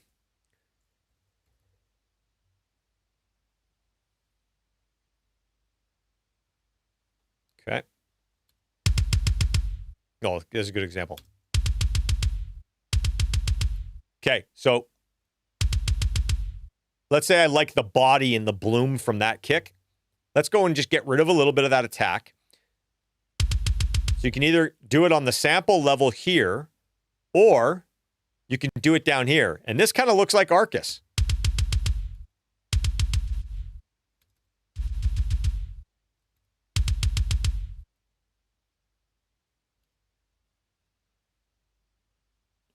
Don't crash on me now. Do not crash on me. Don't crash on me. Okay. All right, we're going to hit the chat while Pro Tools thinks about whether or not it needs a spanking. Swamp Ash Mustang sounded different while Copain was using it. Yeah, sure. It was all about the Swamp Ash. Dave loves Arcus. Yay! Arcus. Point for Arcus. I only use plugins for guitar tones. I think they sound clean. Awesome. Do you use stock samples or samples you've created? All of the above. I use whatever I like the sound of. I've got a bunch of libraries from a variety of companies. I've got samples that I've created over the years. I even have songs that I've mixed where I get to the end of a mix, or even a month down the road when I hear the song on coming up on Apple Music or something, and I'll be like, man, that kick drum just sounds great, and I'll go open up that kick drum I'll go open up that mix session, and I'll find somewhere where I've got the most isolated kick possible, because I'm usually mixing in with the live mics. And I'll find one that's as isolated as possible, and I'll just solo all of my kick layers, going through all the mix bus, all of the processing, everything, and I'll print that as a stereo sample, and I'll usually name it whatever the song name was. So like a good example, like there's a sample, there's a song that was out a couple of years ago, a Daughtry song called Artificial. And that song, the drums, for me, they just turned out really great. And so that was a sample or a session I went back to, and I think we were on another Daughtry song, a year later. I'm like, this song could use that sample. And so I went back to that session, soloed all the kick drums, and I think there were like 3 or 4 with the live mics, and I soloed it and I printed it through all the processing, and that's the, kick Artificial. It is artificial. And so I do that a lot. So a lot of my custom samples are basically bounces of balance of a bunch of different stuff. I've also made samples. Like I've gone in and recorded samples in studios, like just without, with sampling an acoustic drum kit. And then the other thing that I do pretty much in every time I'm tracking a drummer for a song that I'm producing, I'll have the drummer give me some samples at the end of the session in case I need to replace a hit here or there, or in case we end up with a really great drum sound and I want to build a drum library out of it. So either way, I'm using samples from all over the place. So San Quentin snare sample from URM for some live heavy songs, and it's just great lower end. Yeah, it's the thing with snare samples, well, any drum samples for that matter, you can have a killer sounding drum sample in one session, and then you put it in another session and it doesn't sound so good. So it's kind of what I refer to as like what sings with the track, which what fits within the track. And sometimes it can sound really good in solo, and it can sound really good when you're looking through your sample library. But once you hear it in the track, you're like, that doesn't work at all, which is one of the reasons why I love having in Trigger here, having Cosmos to be able to hear it, and you don't even have to load it. You just click on it to audition while it's playing down. Like, that's awesome. Okay. I did have a crash, a computer crash. So I had to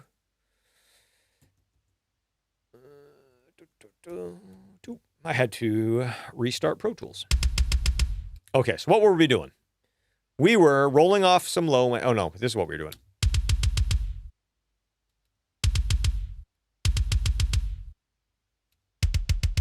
Okay, so here's what we're gonna do. I like that sample, but I want to soften the attack on it, and I want to soften the attack and roll off some frequencies.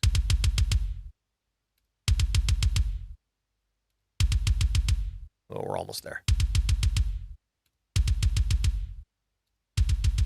There we go. Let's go one more. There we go. Okay. All right, so let's close that. we go. So we just pulled off all of the attack. Let's roll off some of that top end. Oh, gotta turn the filter on.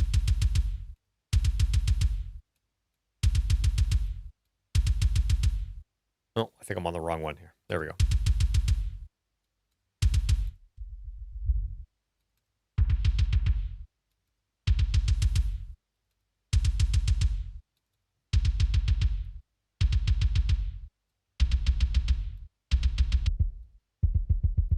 Okay, let's turn that filter off.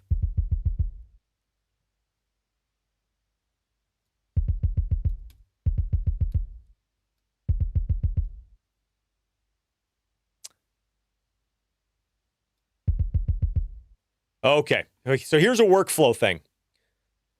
I've been editing the wrong samples. Turning this one, clicking that one and that one. It doesn't look like it's changing.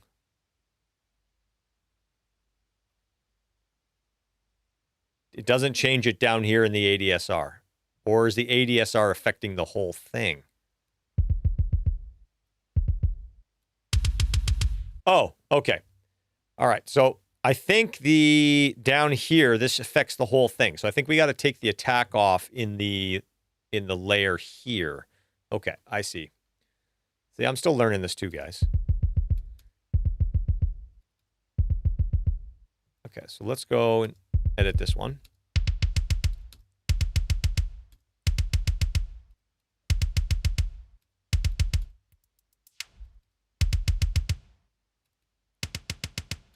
Okay, now let's edit this one. We're going to take a little bit of the front end of it off.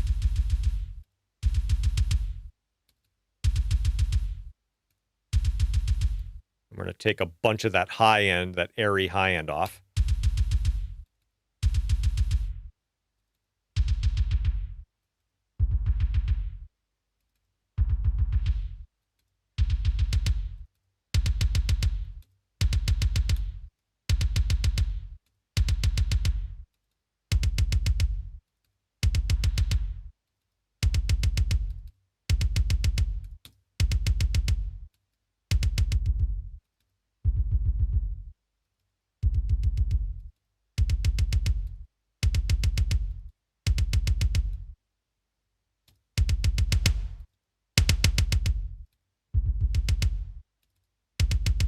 Anyways, just playing. Now I'm just playing around. But you can see how you can basically go in and actually edit it's almost like you can edit the samples right in here, which is nice. So it's a little bit kind of like on Slate Trigger, they've got all the ADSR curves and everything like that. They're a little bit of a pain in the butt to use. I find them not very intuitive. You can't see the sample. You can't really edit the sample this way.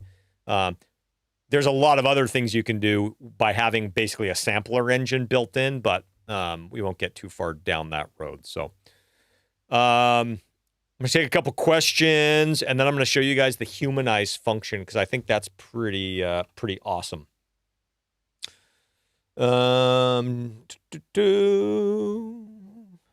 After watching your lives, I've learned cookie cutter doesn't always work, and I start fresh with each new mix. Some basics, but still fresh.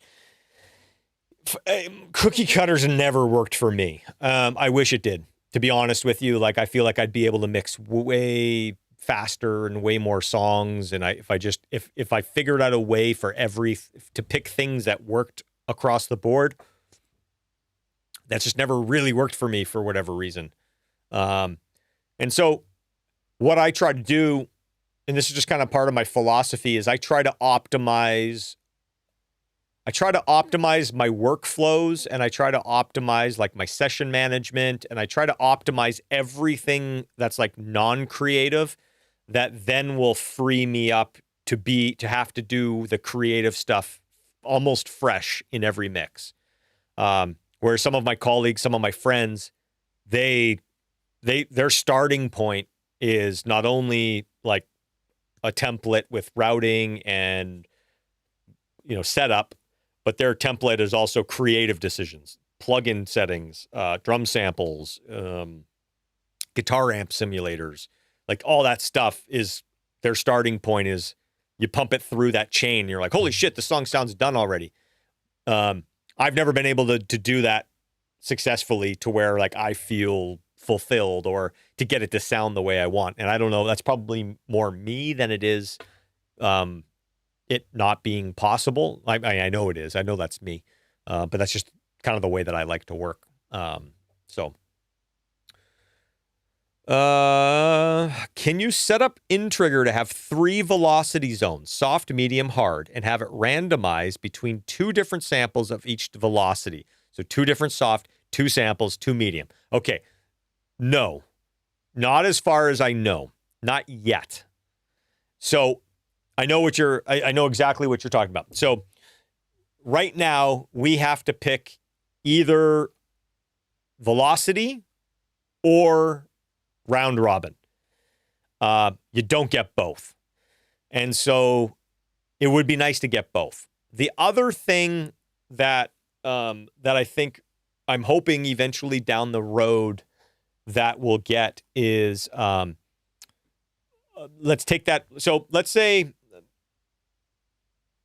picture like an XY graph, right? And you've got velocity top to bottom, and then you've got actually, you know what? It's kind of like the TCI maker, the TCI tool that Trigger has to make, or Slate has to make their own trigger libraries. And then take it one more dimension where you can have the different mics.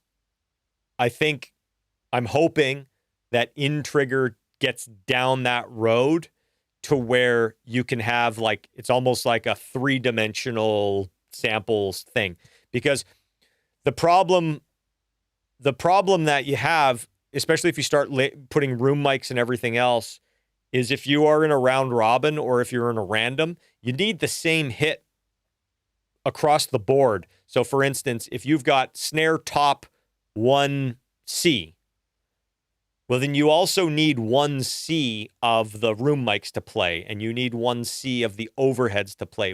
It can't be 1C from the close mic and then 1E from the overheads. Like, that doesn't work. So it's almost like I just picture it as as a cube of samples, as opposed to right now we're just looking at like a line. And Trigger gives you that option. So I'm hoping down the road we get that. The one thing I will say about how InTrigger works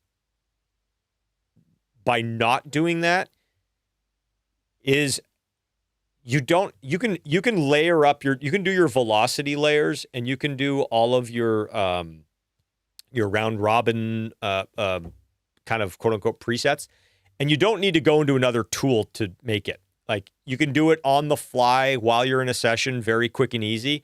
And then you just save that. You just save that here.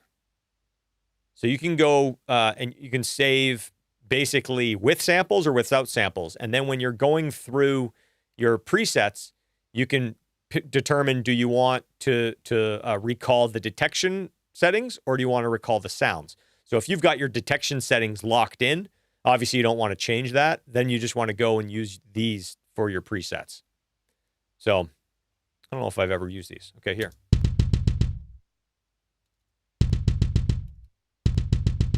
Yeah, it's just sitting on that one velocity right now. But this is a velocity layer. Let me see if they've got any round robin. Velocity, Q drum velocity, kick drum 3, all. Okay, so that's just an all layer. All. Yeah, it doesn't look. Oh, here we go. Layer modes. Play all layers. Hot swap. Play random. What does that mean?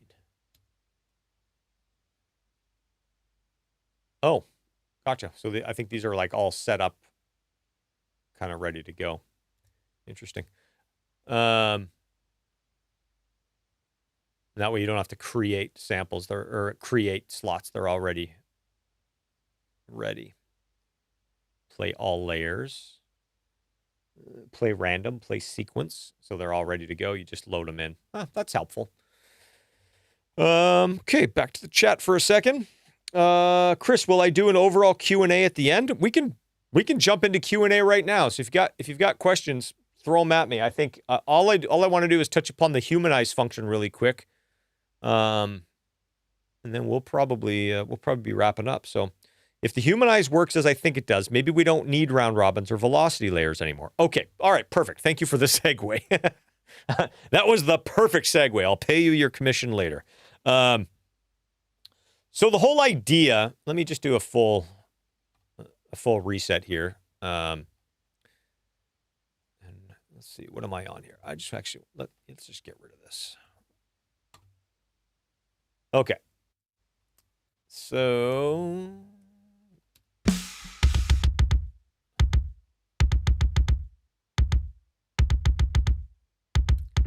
okay, I'm trying to remember what this was. Oh, okay, yeah, this was our velocity test. Okay, so we've got our trigger there. Okay, so I'm gonna load. Oh man, this is not the best example for this. Okay, let me try to explain this first. Okay.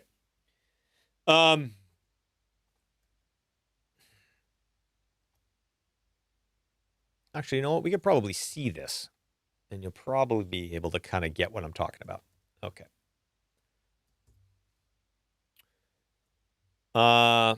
Maybe not. Okay, I'm just going to do my best to explain.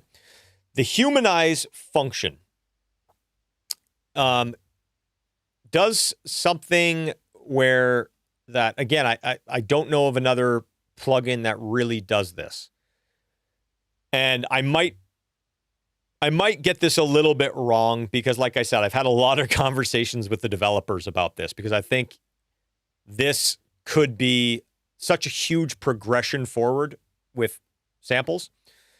The idea is the humanize function can take a one-shot and modify it based off of a variety of variables.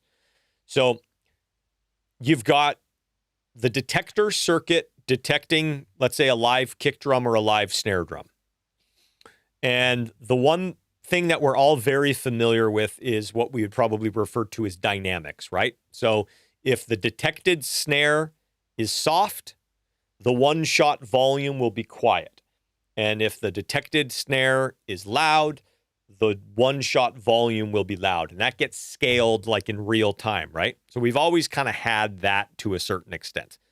I mean, to a certain extent, or like fully, like where it just does a one-to-one match, right?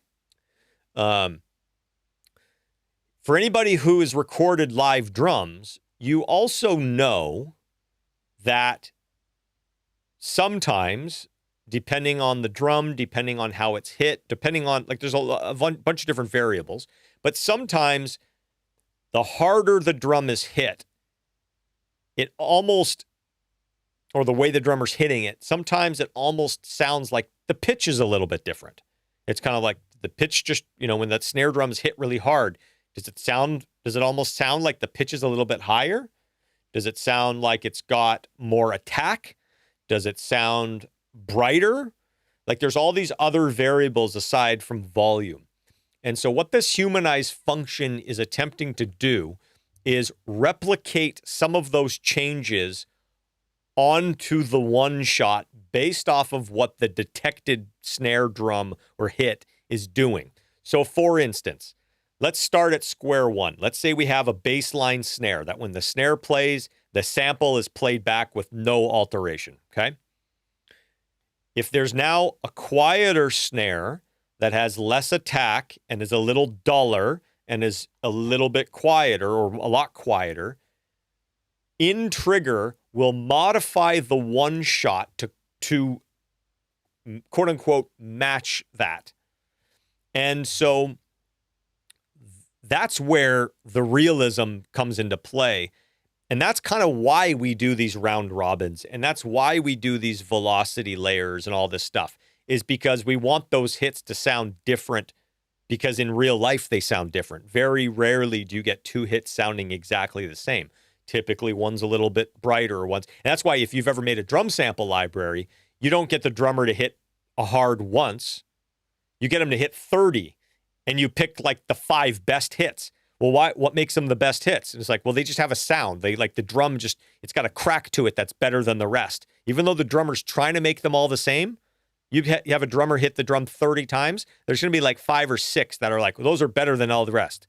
And so what the humanize function is doing is it's altering a bunch of the characteristics of the one shot to try and match closer to what the detected snare is doing. Now, one of the things that I'm hoping that they implement sooner than later is a way for the user to control which one of those parameters is being utilized and have control over them. So, for instance, maybe I don't want the volume to change. Maybe the volume's all over the place on the real snare. And that's one of the reasons I'm using a sample, is because I want the volume to be more consistent. So maybe I don't want that part humanized, but what I do want humanized is I want the EQ curve. So when he's hitting it really hard, it's a little bit brighter, or the attack. When he's hitting it quieter, there's not as much attack, and maybe it kind of just alters the transient a little bit. Be able to control that independently. Same with the pitch. Do we want it to follow the pitch? Do we not? So I don't know if this is necessarily the best example, because this kick drum is actually relatively consistent. But let's try to use this humanize function and see what happens with this kick drum. Maybe I'll switch to the snare drum in a second. Let's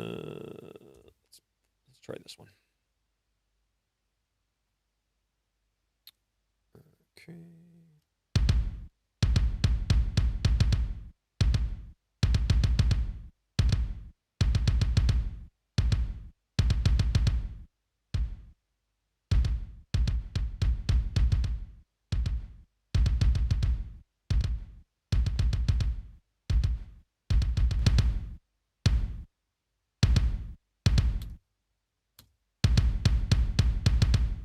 So when you turn that all the way down, you're obviously not, it's more like, staccato or machine gun kind of sounding, like an old school sampler, right?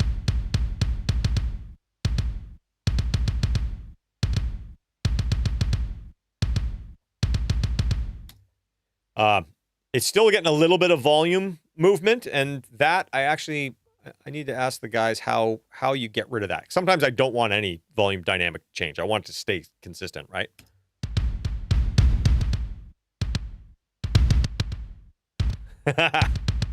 That's funny. It's really randomizing it. It's randomizing it like a really bad drummer. So, and then I think the follow function follows the input.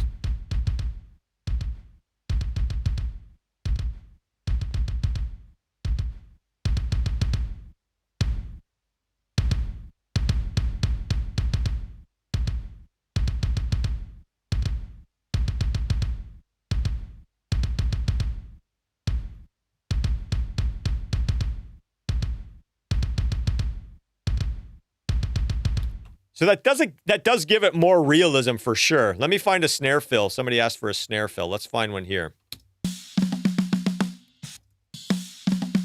Here we go.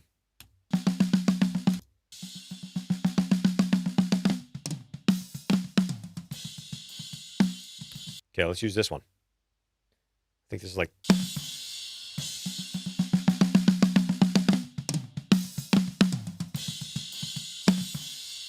This is almost the perfect example.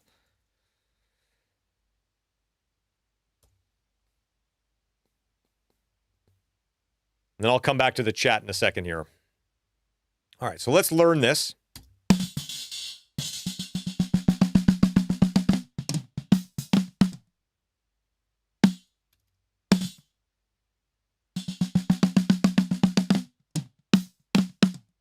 Okay, so it's picking up this tom.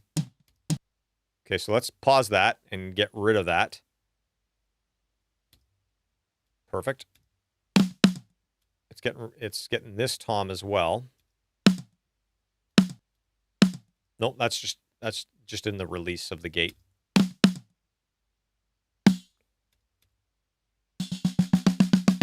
Okay, and I got to get that threshold lower. Turn the gate off.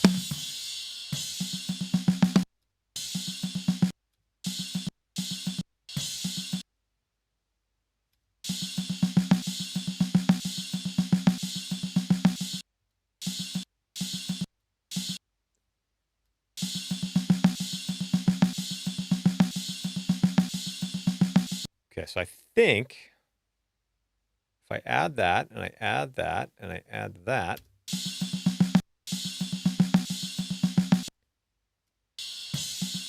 turn the gate back on.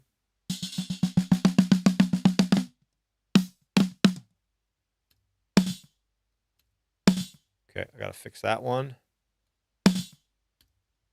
So that one's got to go.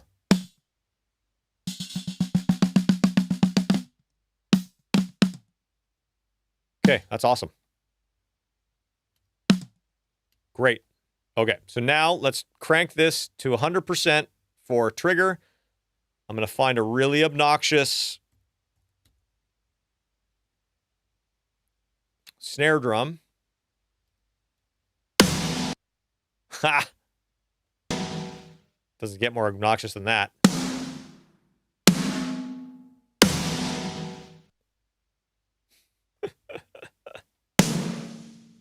Hang on, do I have a bunch of EQ on this channel? Hang on a second. No, maybe not. Maybe it's just an obnoxious snare sample.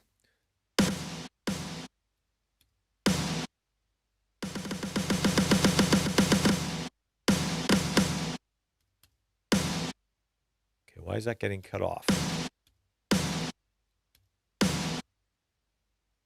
Yeah. All right, let me see something here.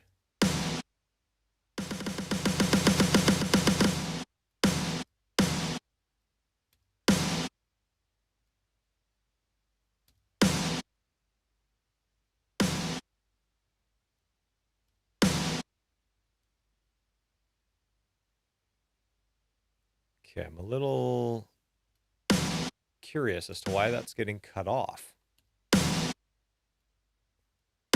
Shouldn't be getting cut off.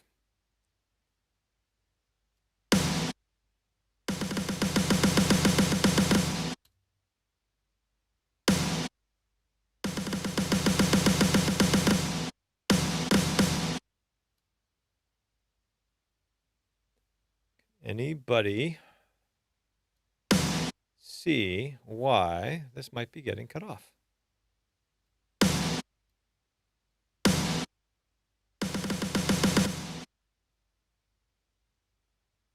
Play, beats, harmonic, melodic, voice, classic. Play. Oh, there we go.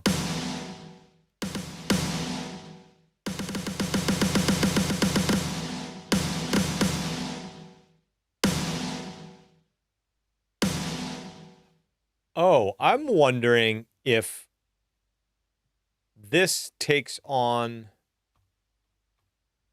the settings of the gate. Ah, that's interesting.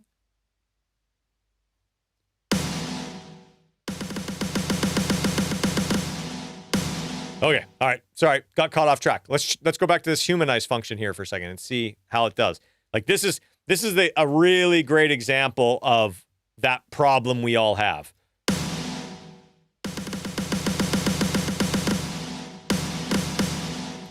And it's trying to help us dynamically. You know, it's dynamically mapping it, right? But it still sounds pretty fake. So let's see what we can do here.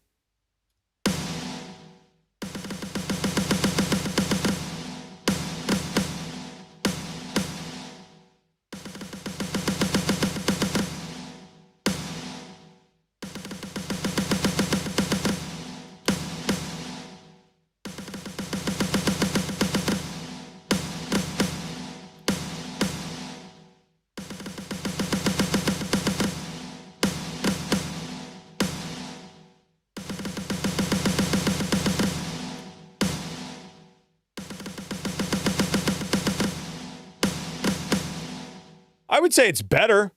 I think I'm giving it a really hard because it's got so much reverb in it. I'm giving it a really like kind of messed up scenario here.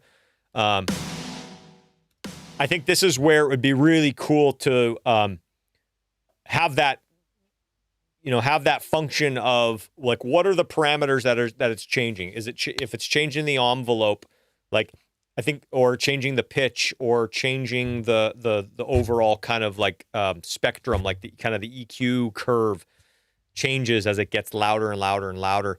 I think this is one of those scenarios where it would be cool to be able to automate one of those parameters, like really exaggerate it just for something like this, and then set it to something a little bit more consistent, out of this. But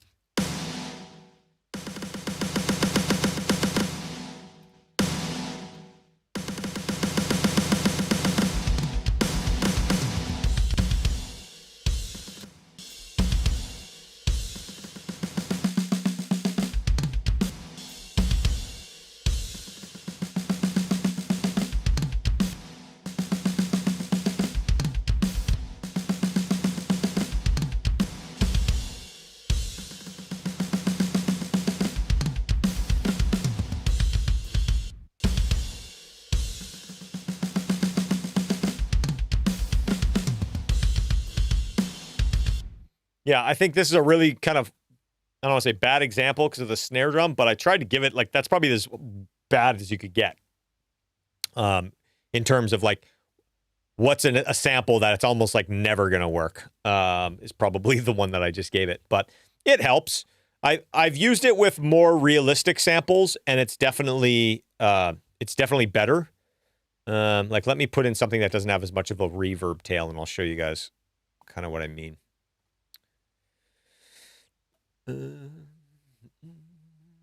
Snare. Let's find something here. This actually might be a good example here.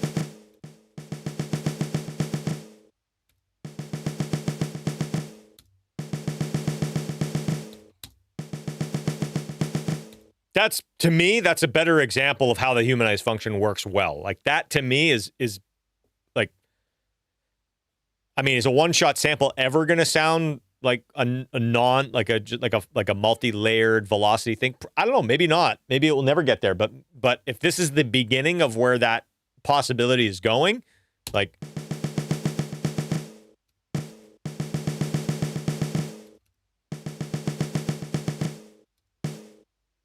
that's, to me, is a pretty big improvement. And like I said, this is version 1. So I would love to, like I said, I would love to have control over a few more of the parameters, because I can hear some of the stuff that it's doing, and I'd just like to have control over it. But that was actually one of my biggest pieces of feedback to the development team, and I know they were intrigued by being able to give control over that. So, all right, back to the chat.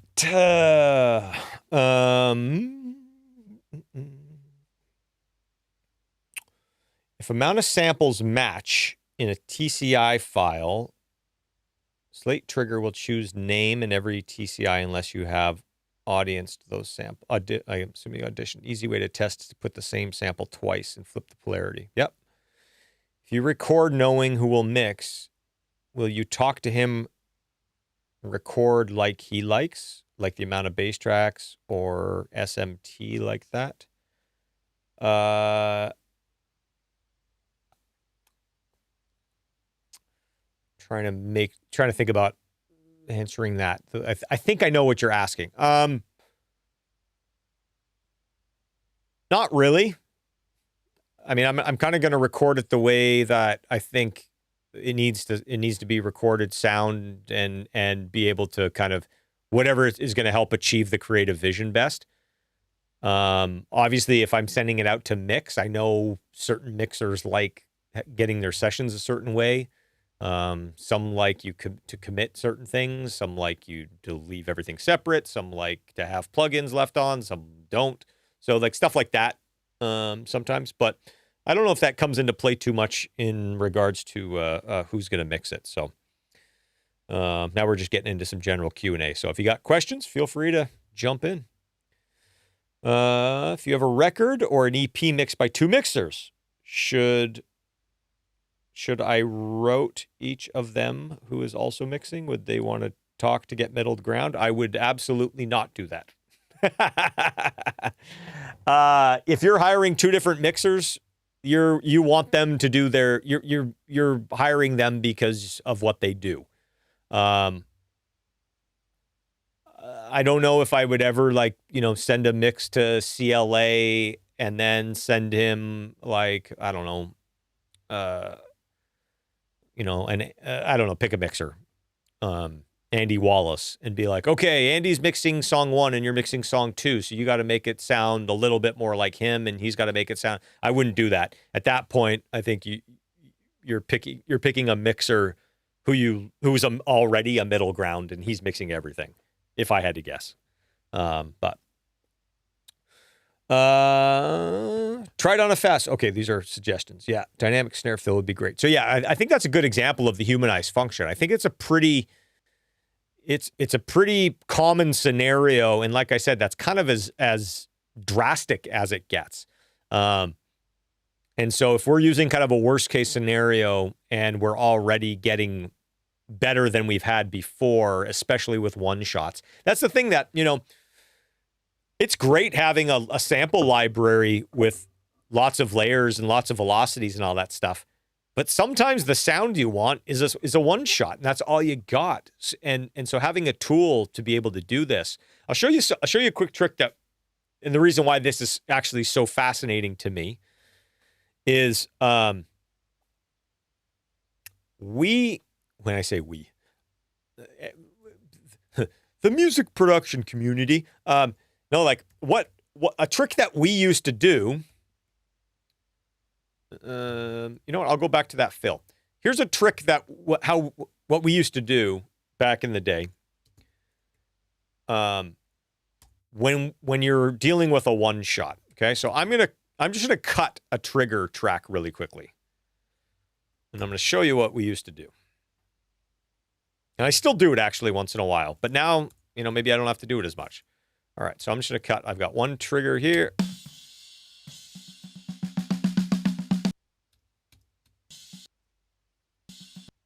That's my first one. I can see another one there. I can see another one there. I'm just doing this visually, obviously. I'm just going to cut these real fast so we have something to play with.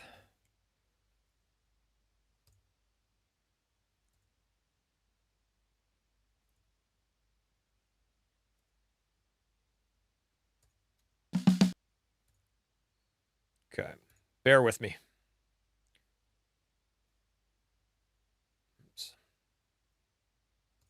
I just want to be able to pull the threshold all the way down. Get this sounding as tight as possible.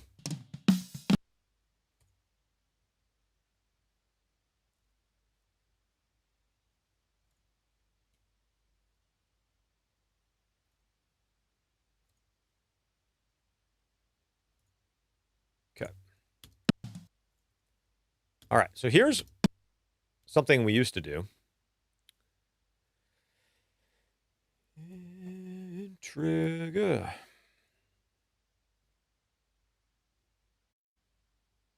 And I'll do this. And I'm not going to bother learning. I'm just going to pull the trigger all the way down.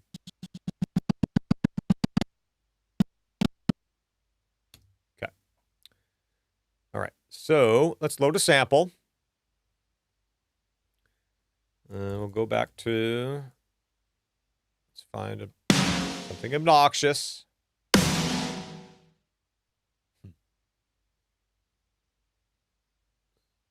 Where's my snares? There we go.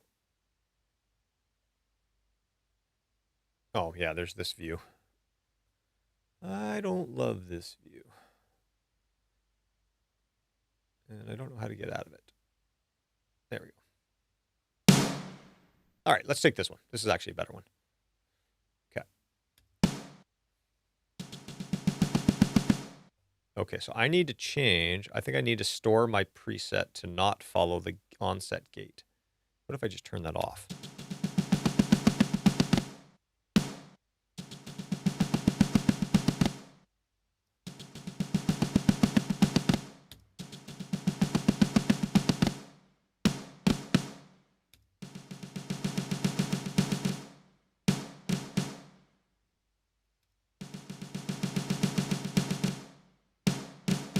Okay, so I am going to take the humanize off.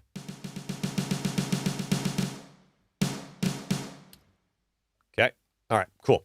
Now what I'm going to do is I'm going to copy this trigger, sorry, the InTrigger plugin. I'm going to copy it onto another track, and I'm going to take every other snare drum hit and just put it, oops,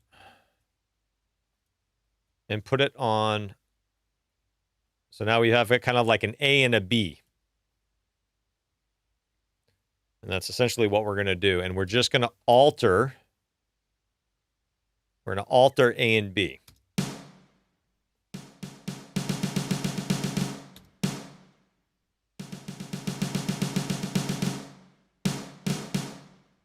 Okay, so the first thing I'm going to do is I'm just going to pitch it a little bit. So, and I'm actually going to do it down here because you can do a fine tune. So I'm just going to pitch it just a few.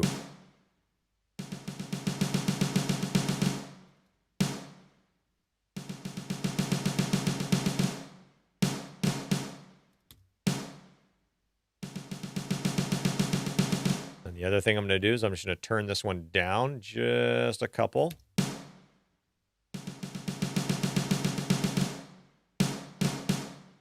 And if you really want to get tricky, you can start kind of just EQing one slightly differently.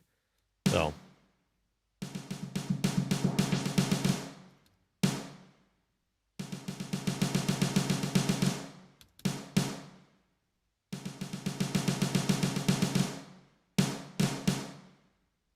So now if you listen just to the one, then we can listen to the other. You put them together.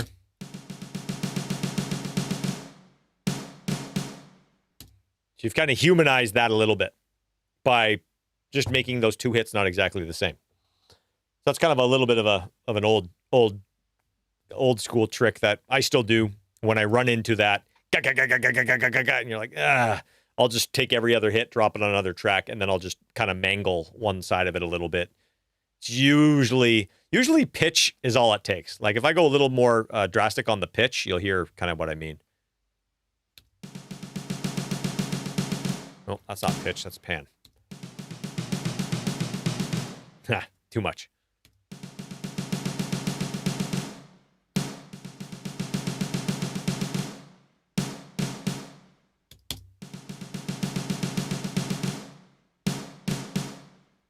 There you go. Hopefully that made sense. Okay. Going back to the chat. What song is this? Okay, so this is the song. It's called Walk to Waves. This is the one that I used in the Waves video. Yeah.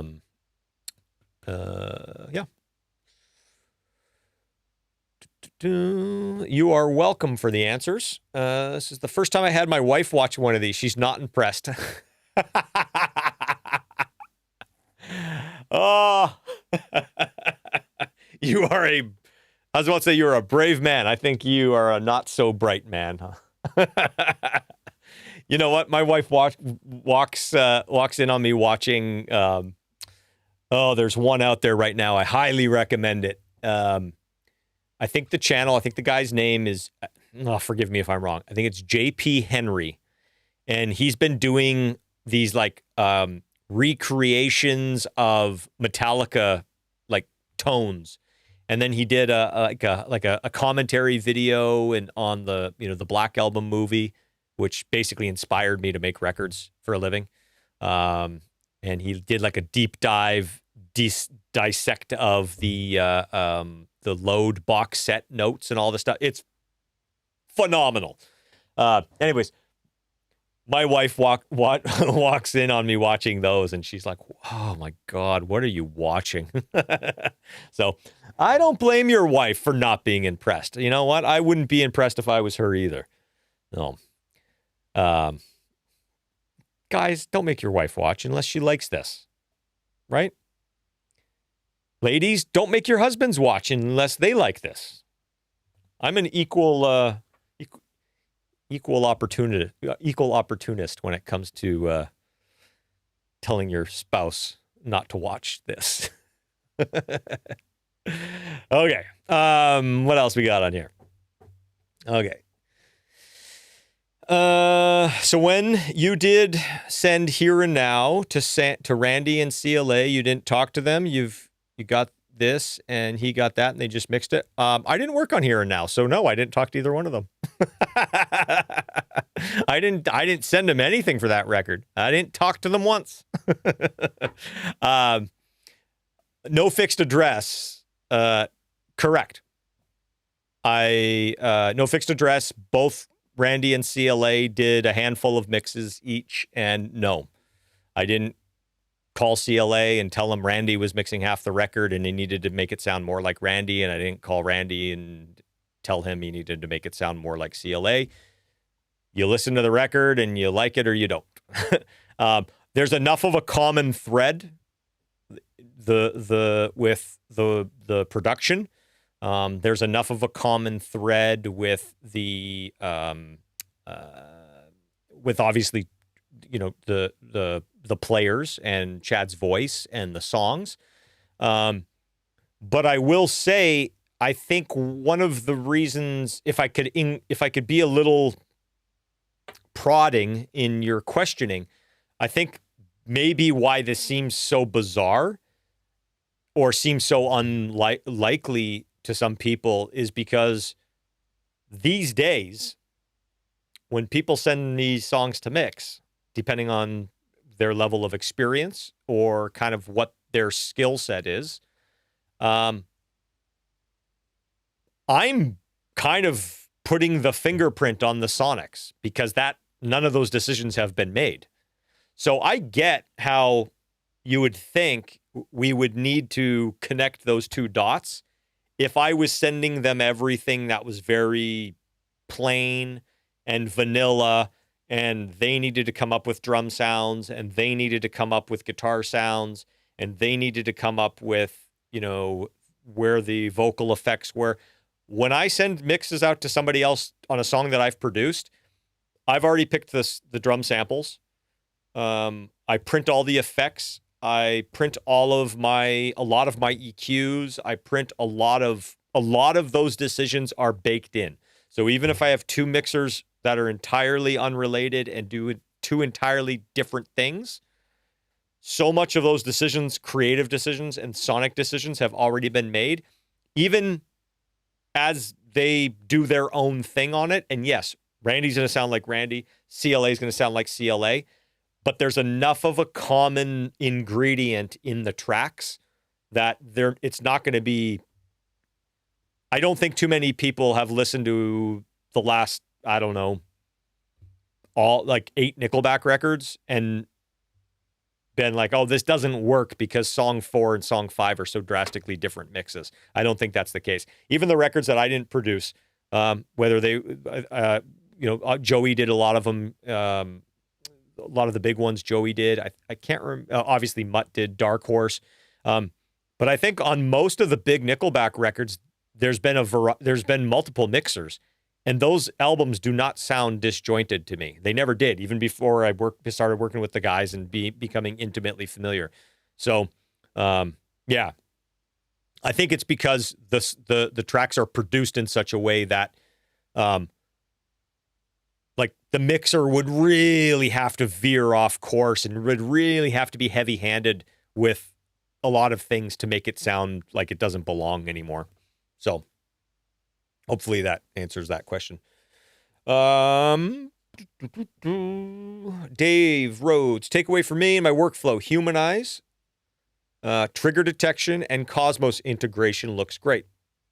I need MIDI input to really make use of this and make sure timing is 100% though. Agreed. I think for me, same kind of takeaway. And let's go back to this for a second. And that's, I really, Dave, I appreciate that. I think kind of doing a little summary here is great. The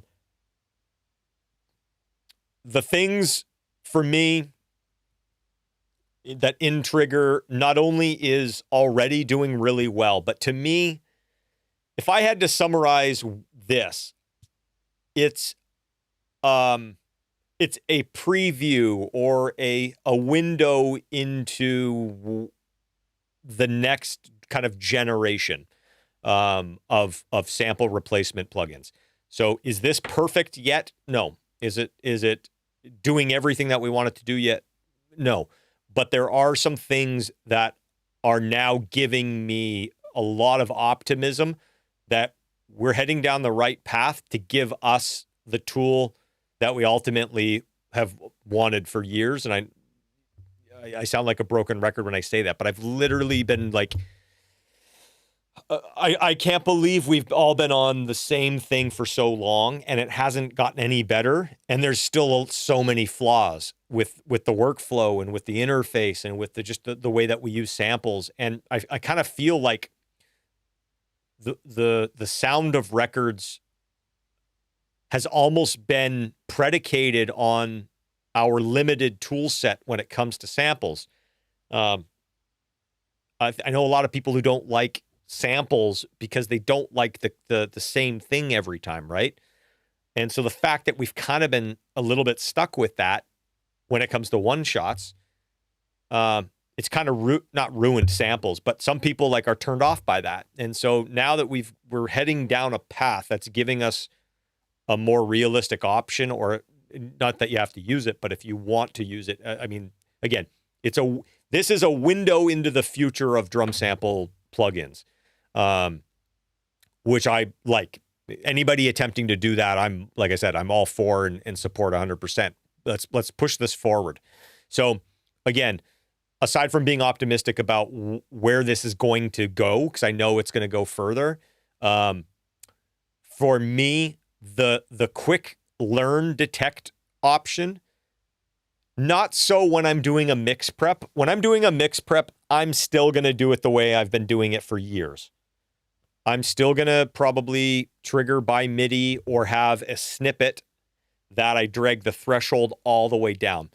But while I'm editing drums now, I can have this going live and not be completely screwed up. And like I said, we didn't talk about the live version because I haven't played with it yet, but I might be able to track with this thing going on. So it's like, if you're in a shitty room or you're set up in a bedroom and the drum sounds like crap, but it's not because you're a bad engineer. It's just like, you don't have, for whatever reason, you don't have the ability to do it. Fuck, you could trigger a cardboard box if you wanted. If this thing really works live, I'm going to set up some pots and pans at the back of the room and I'm just going to trigger those. Like, that would be awesome. But having the quick learn function for when I'm producing, so let's say I've got a track up, but I haven't done mix prep on it yet, having a better, more accurate option for that is exciting. The humanize function, it's a preview of what I think is coming down the road, I hope. But the humanize function is really cool.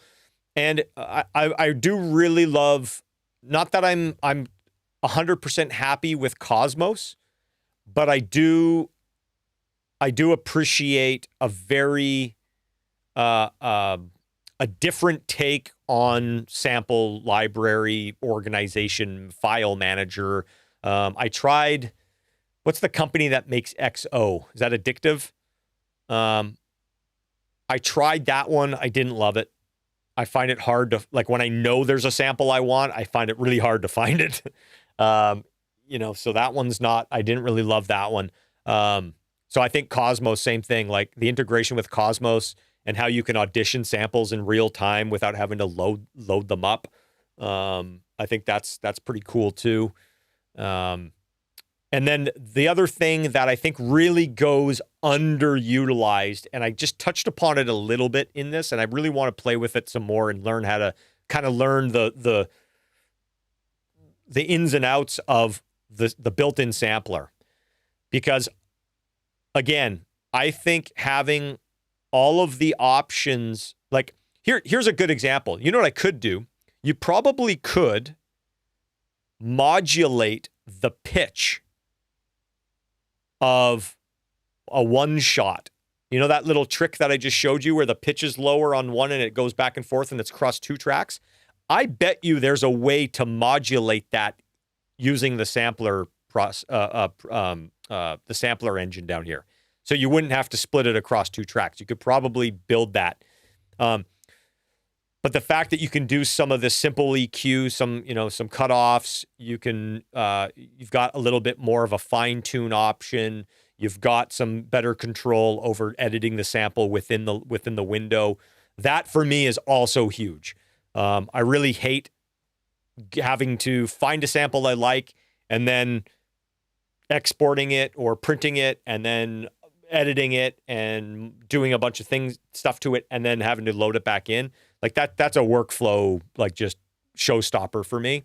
So this is pretty cool too. And being able to have that per layer. So that's something that I think a lot of people were asking for a while. And maybe even they'll do it in this, is being able to have maybe like a plugin slot on each layer. So if you've got 4 different kick drums, maybe you can have a plugin, maybe 1 or 2. Like I know on the Sheps channel, and on the one of the SSL channel strips, it's got an insert slot that you could put in the middle of the channel strip. Like that would be cool in this, if each one you could load a Waves or a VST plugin. VST because I think it's a wrapper. I don't think you can actually load different AAX plugins. But anyways, I think that would be really cool too. Yeah, so those are my kind of takeaways. So, okay. Are we almost done? Did we get out of here in under 3 hours? Oh man. Okay. The CLA Randy answer was 200%. Now everything's more clear. Awesome. I appreciate you. Thank you. This plugin might actually get me back into using more one-shots. I almost always use VSTs for replacement and augmentation. Yeah. You know what? I use one-shots all the time. I'm sure anybody who knows my mixes, you're like, yes, I know. We can hear them all over the place. But I'm a lot of the time I'm wanting, like, I wish I had multi-velocity layers and this and that and the other thing. Just the sounds and the libraries and the sonics of what I'm after are just built into those one-shots. And I have tried going and building a library where I'm doing those augmentations and then printing them and then making a TCI. I've tried that. And it works. It just takes time. But I'd love the option of being able to hit a button and pull a couple sliders around and be able to get that kind of same effect. So yeah, it's pretty cool. All right. Can you talk about mixing Nickelback live for TV and bring in your sound to that setting? I believe you were doing it for a hockey game the other year. Sounded killer. Yeah. Trying to think of what I can tell you. I mean,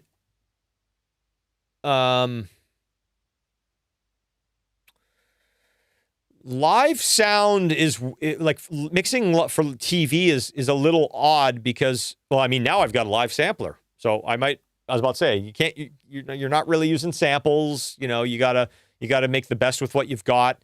There's There's not a lot of, everything's on the fly. There's not a lot of time for automation. You're doing everything as it goes and you're anticipating moves.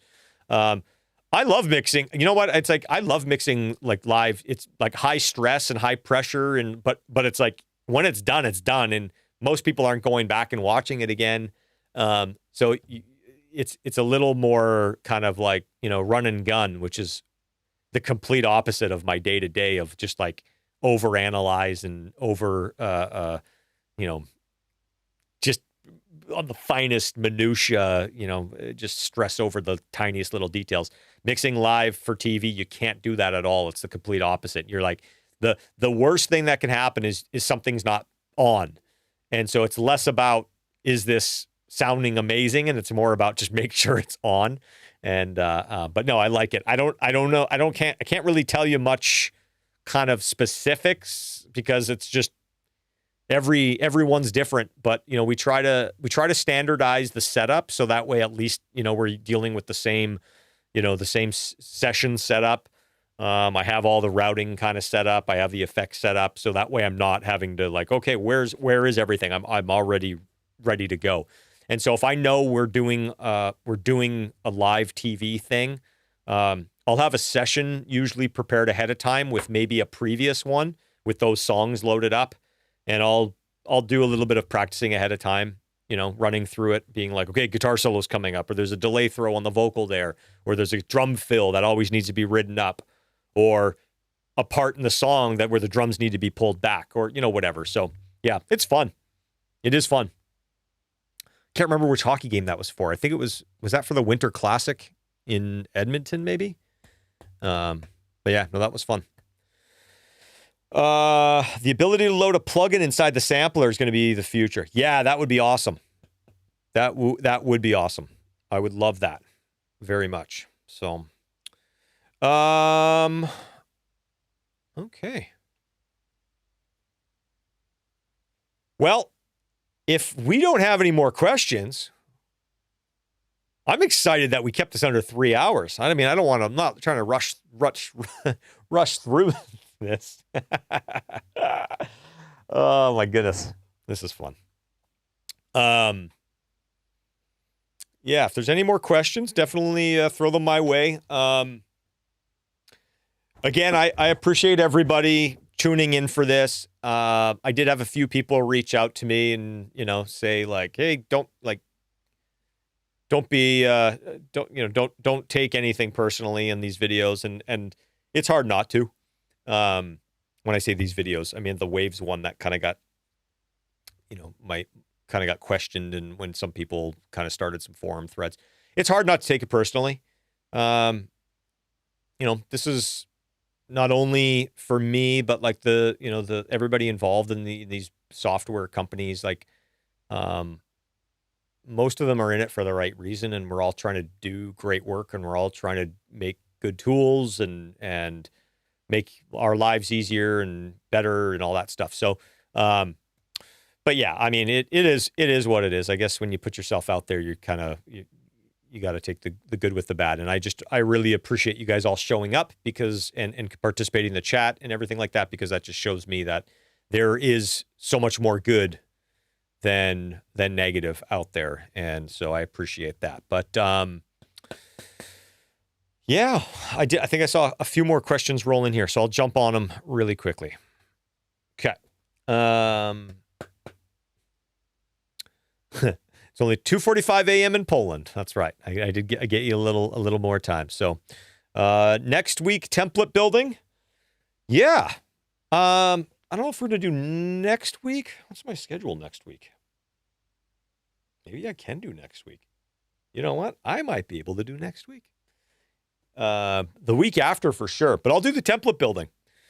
I think that'll be fun. I think that'll be really fun. How much EQ filter do you put on your reverb sends, like on plate, slap, delay? Well, pretty much every plugin I use has some form of kind of like tone shaping built into it. So depending on the preset, sometimes that's already implemented. In my template, I have a Fab Filter EQ following all of my reverb and delay return plugin, like it's after the plugin. They're off, but they're there ready to go. So that way, at any point in time, if I need to carve out low end, top end, mid range, if I need it to be dynamic, if I need it to be only the middle and not the sides, or the vice versa, I will. The Fab filter is like the perfect EQ for following a reverb. And so I don't spend too much time trying to tweak the actual reverb plug-in EQs, unless it's a really simple, I just need to roll off low end. Like if that's easy, I'll usually do that in the reverb plugin. But beyond that, I'll just turn the Fab filter on and start tweaking that. And I would say, how much do I do? If you're asking how often do I do it, I would say maybe like 50% of the time. And then how much do I actually carve into it? That is a big variable. Sometimes I'm really mangling the EQ curve of the reverb, and other times it's just rolling off some top end or some bottom end. So,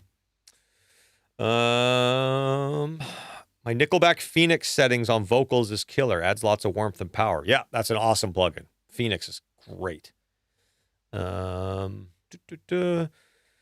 There's quite a big market for TCI files. How do you see the market adapting if something like InTrigger comes to challenge straight slate triggers monopoly? I think that depends on a few things. I think it depends on how effective they can get the humanize function.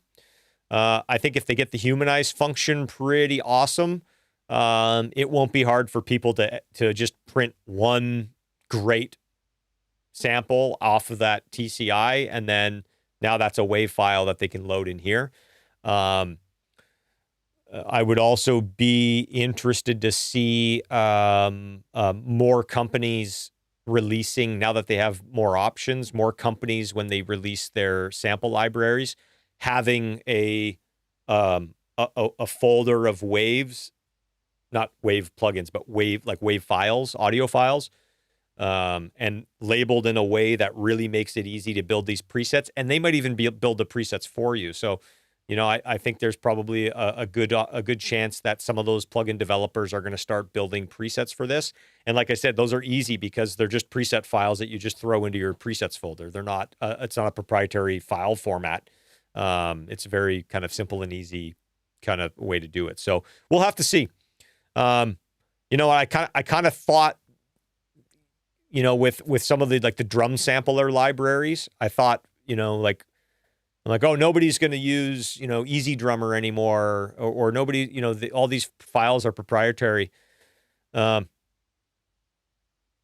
still know a lot of people who, you know, use a variety of plugins because of the libraries that are available. And so I think it's just a matter of, you know, there hasn't really been another option.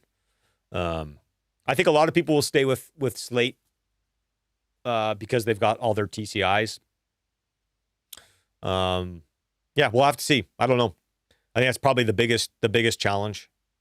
So, okay, I'm gonna do one more and then I'm out. I use Superior Drummer Trigger, but it's not that simple. Wish Toontrack would do a simple trigger version for that. Yeah, the drum tracker in Superior Drummer is actually very good. Yeah, a standalone version of that would actually be pretty cool. So, all right, ladies and gents, for those of you who are watching and put your spouses through the torture of having to watch along with me, I appreciate all of you and your spouses. Thank you guys. I appreciate it so much. If you're not already subscribed, please subscribe. I see so many of the same names here. I appreciate you guys so much. And so I'm sure most of you guys are subscribed, but obviously the like and the subscribe, that helps the algorithm, that helps all the stuff that we need to keep this thing kind of growing. Word of mouth has been awesome. I've had a lot of people learn about what's going on here from their friends. So feel free to take some screenshots and share them on Instagram. Invite your friends. Tell them if this is helpful and you guys find this entertaining or educational. Definitely help me spread the word. And if you're not subscribed to the website, I'll put a link somewhere in the description and all that stuff. And yeah, that will kind of keep you up to date on all of the new stuff we got going on. So thank you guys. have a great weekend. And yeah, either next week or the week after. So keep an eye on my socials, and I'll make sure to let you guys all know when the next one is. So until then, have fun, make some awesome music, stay safe, take care.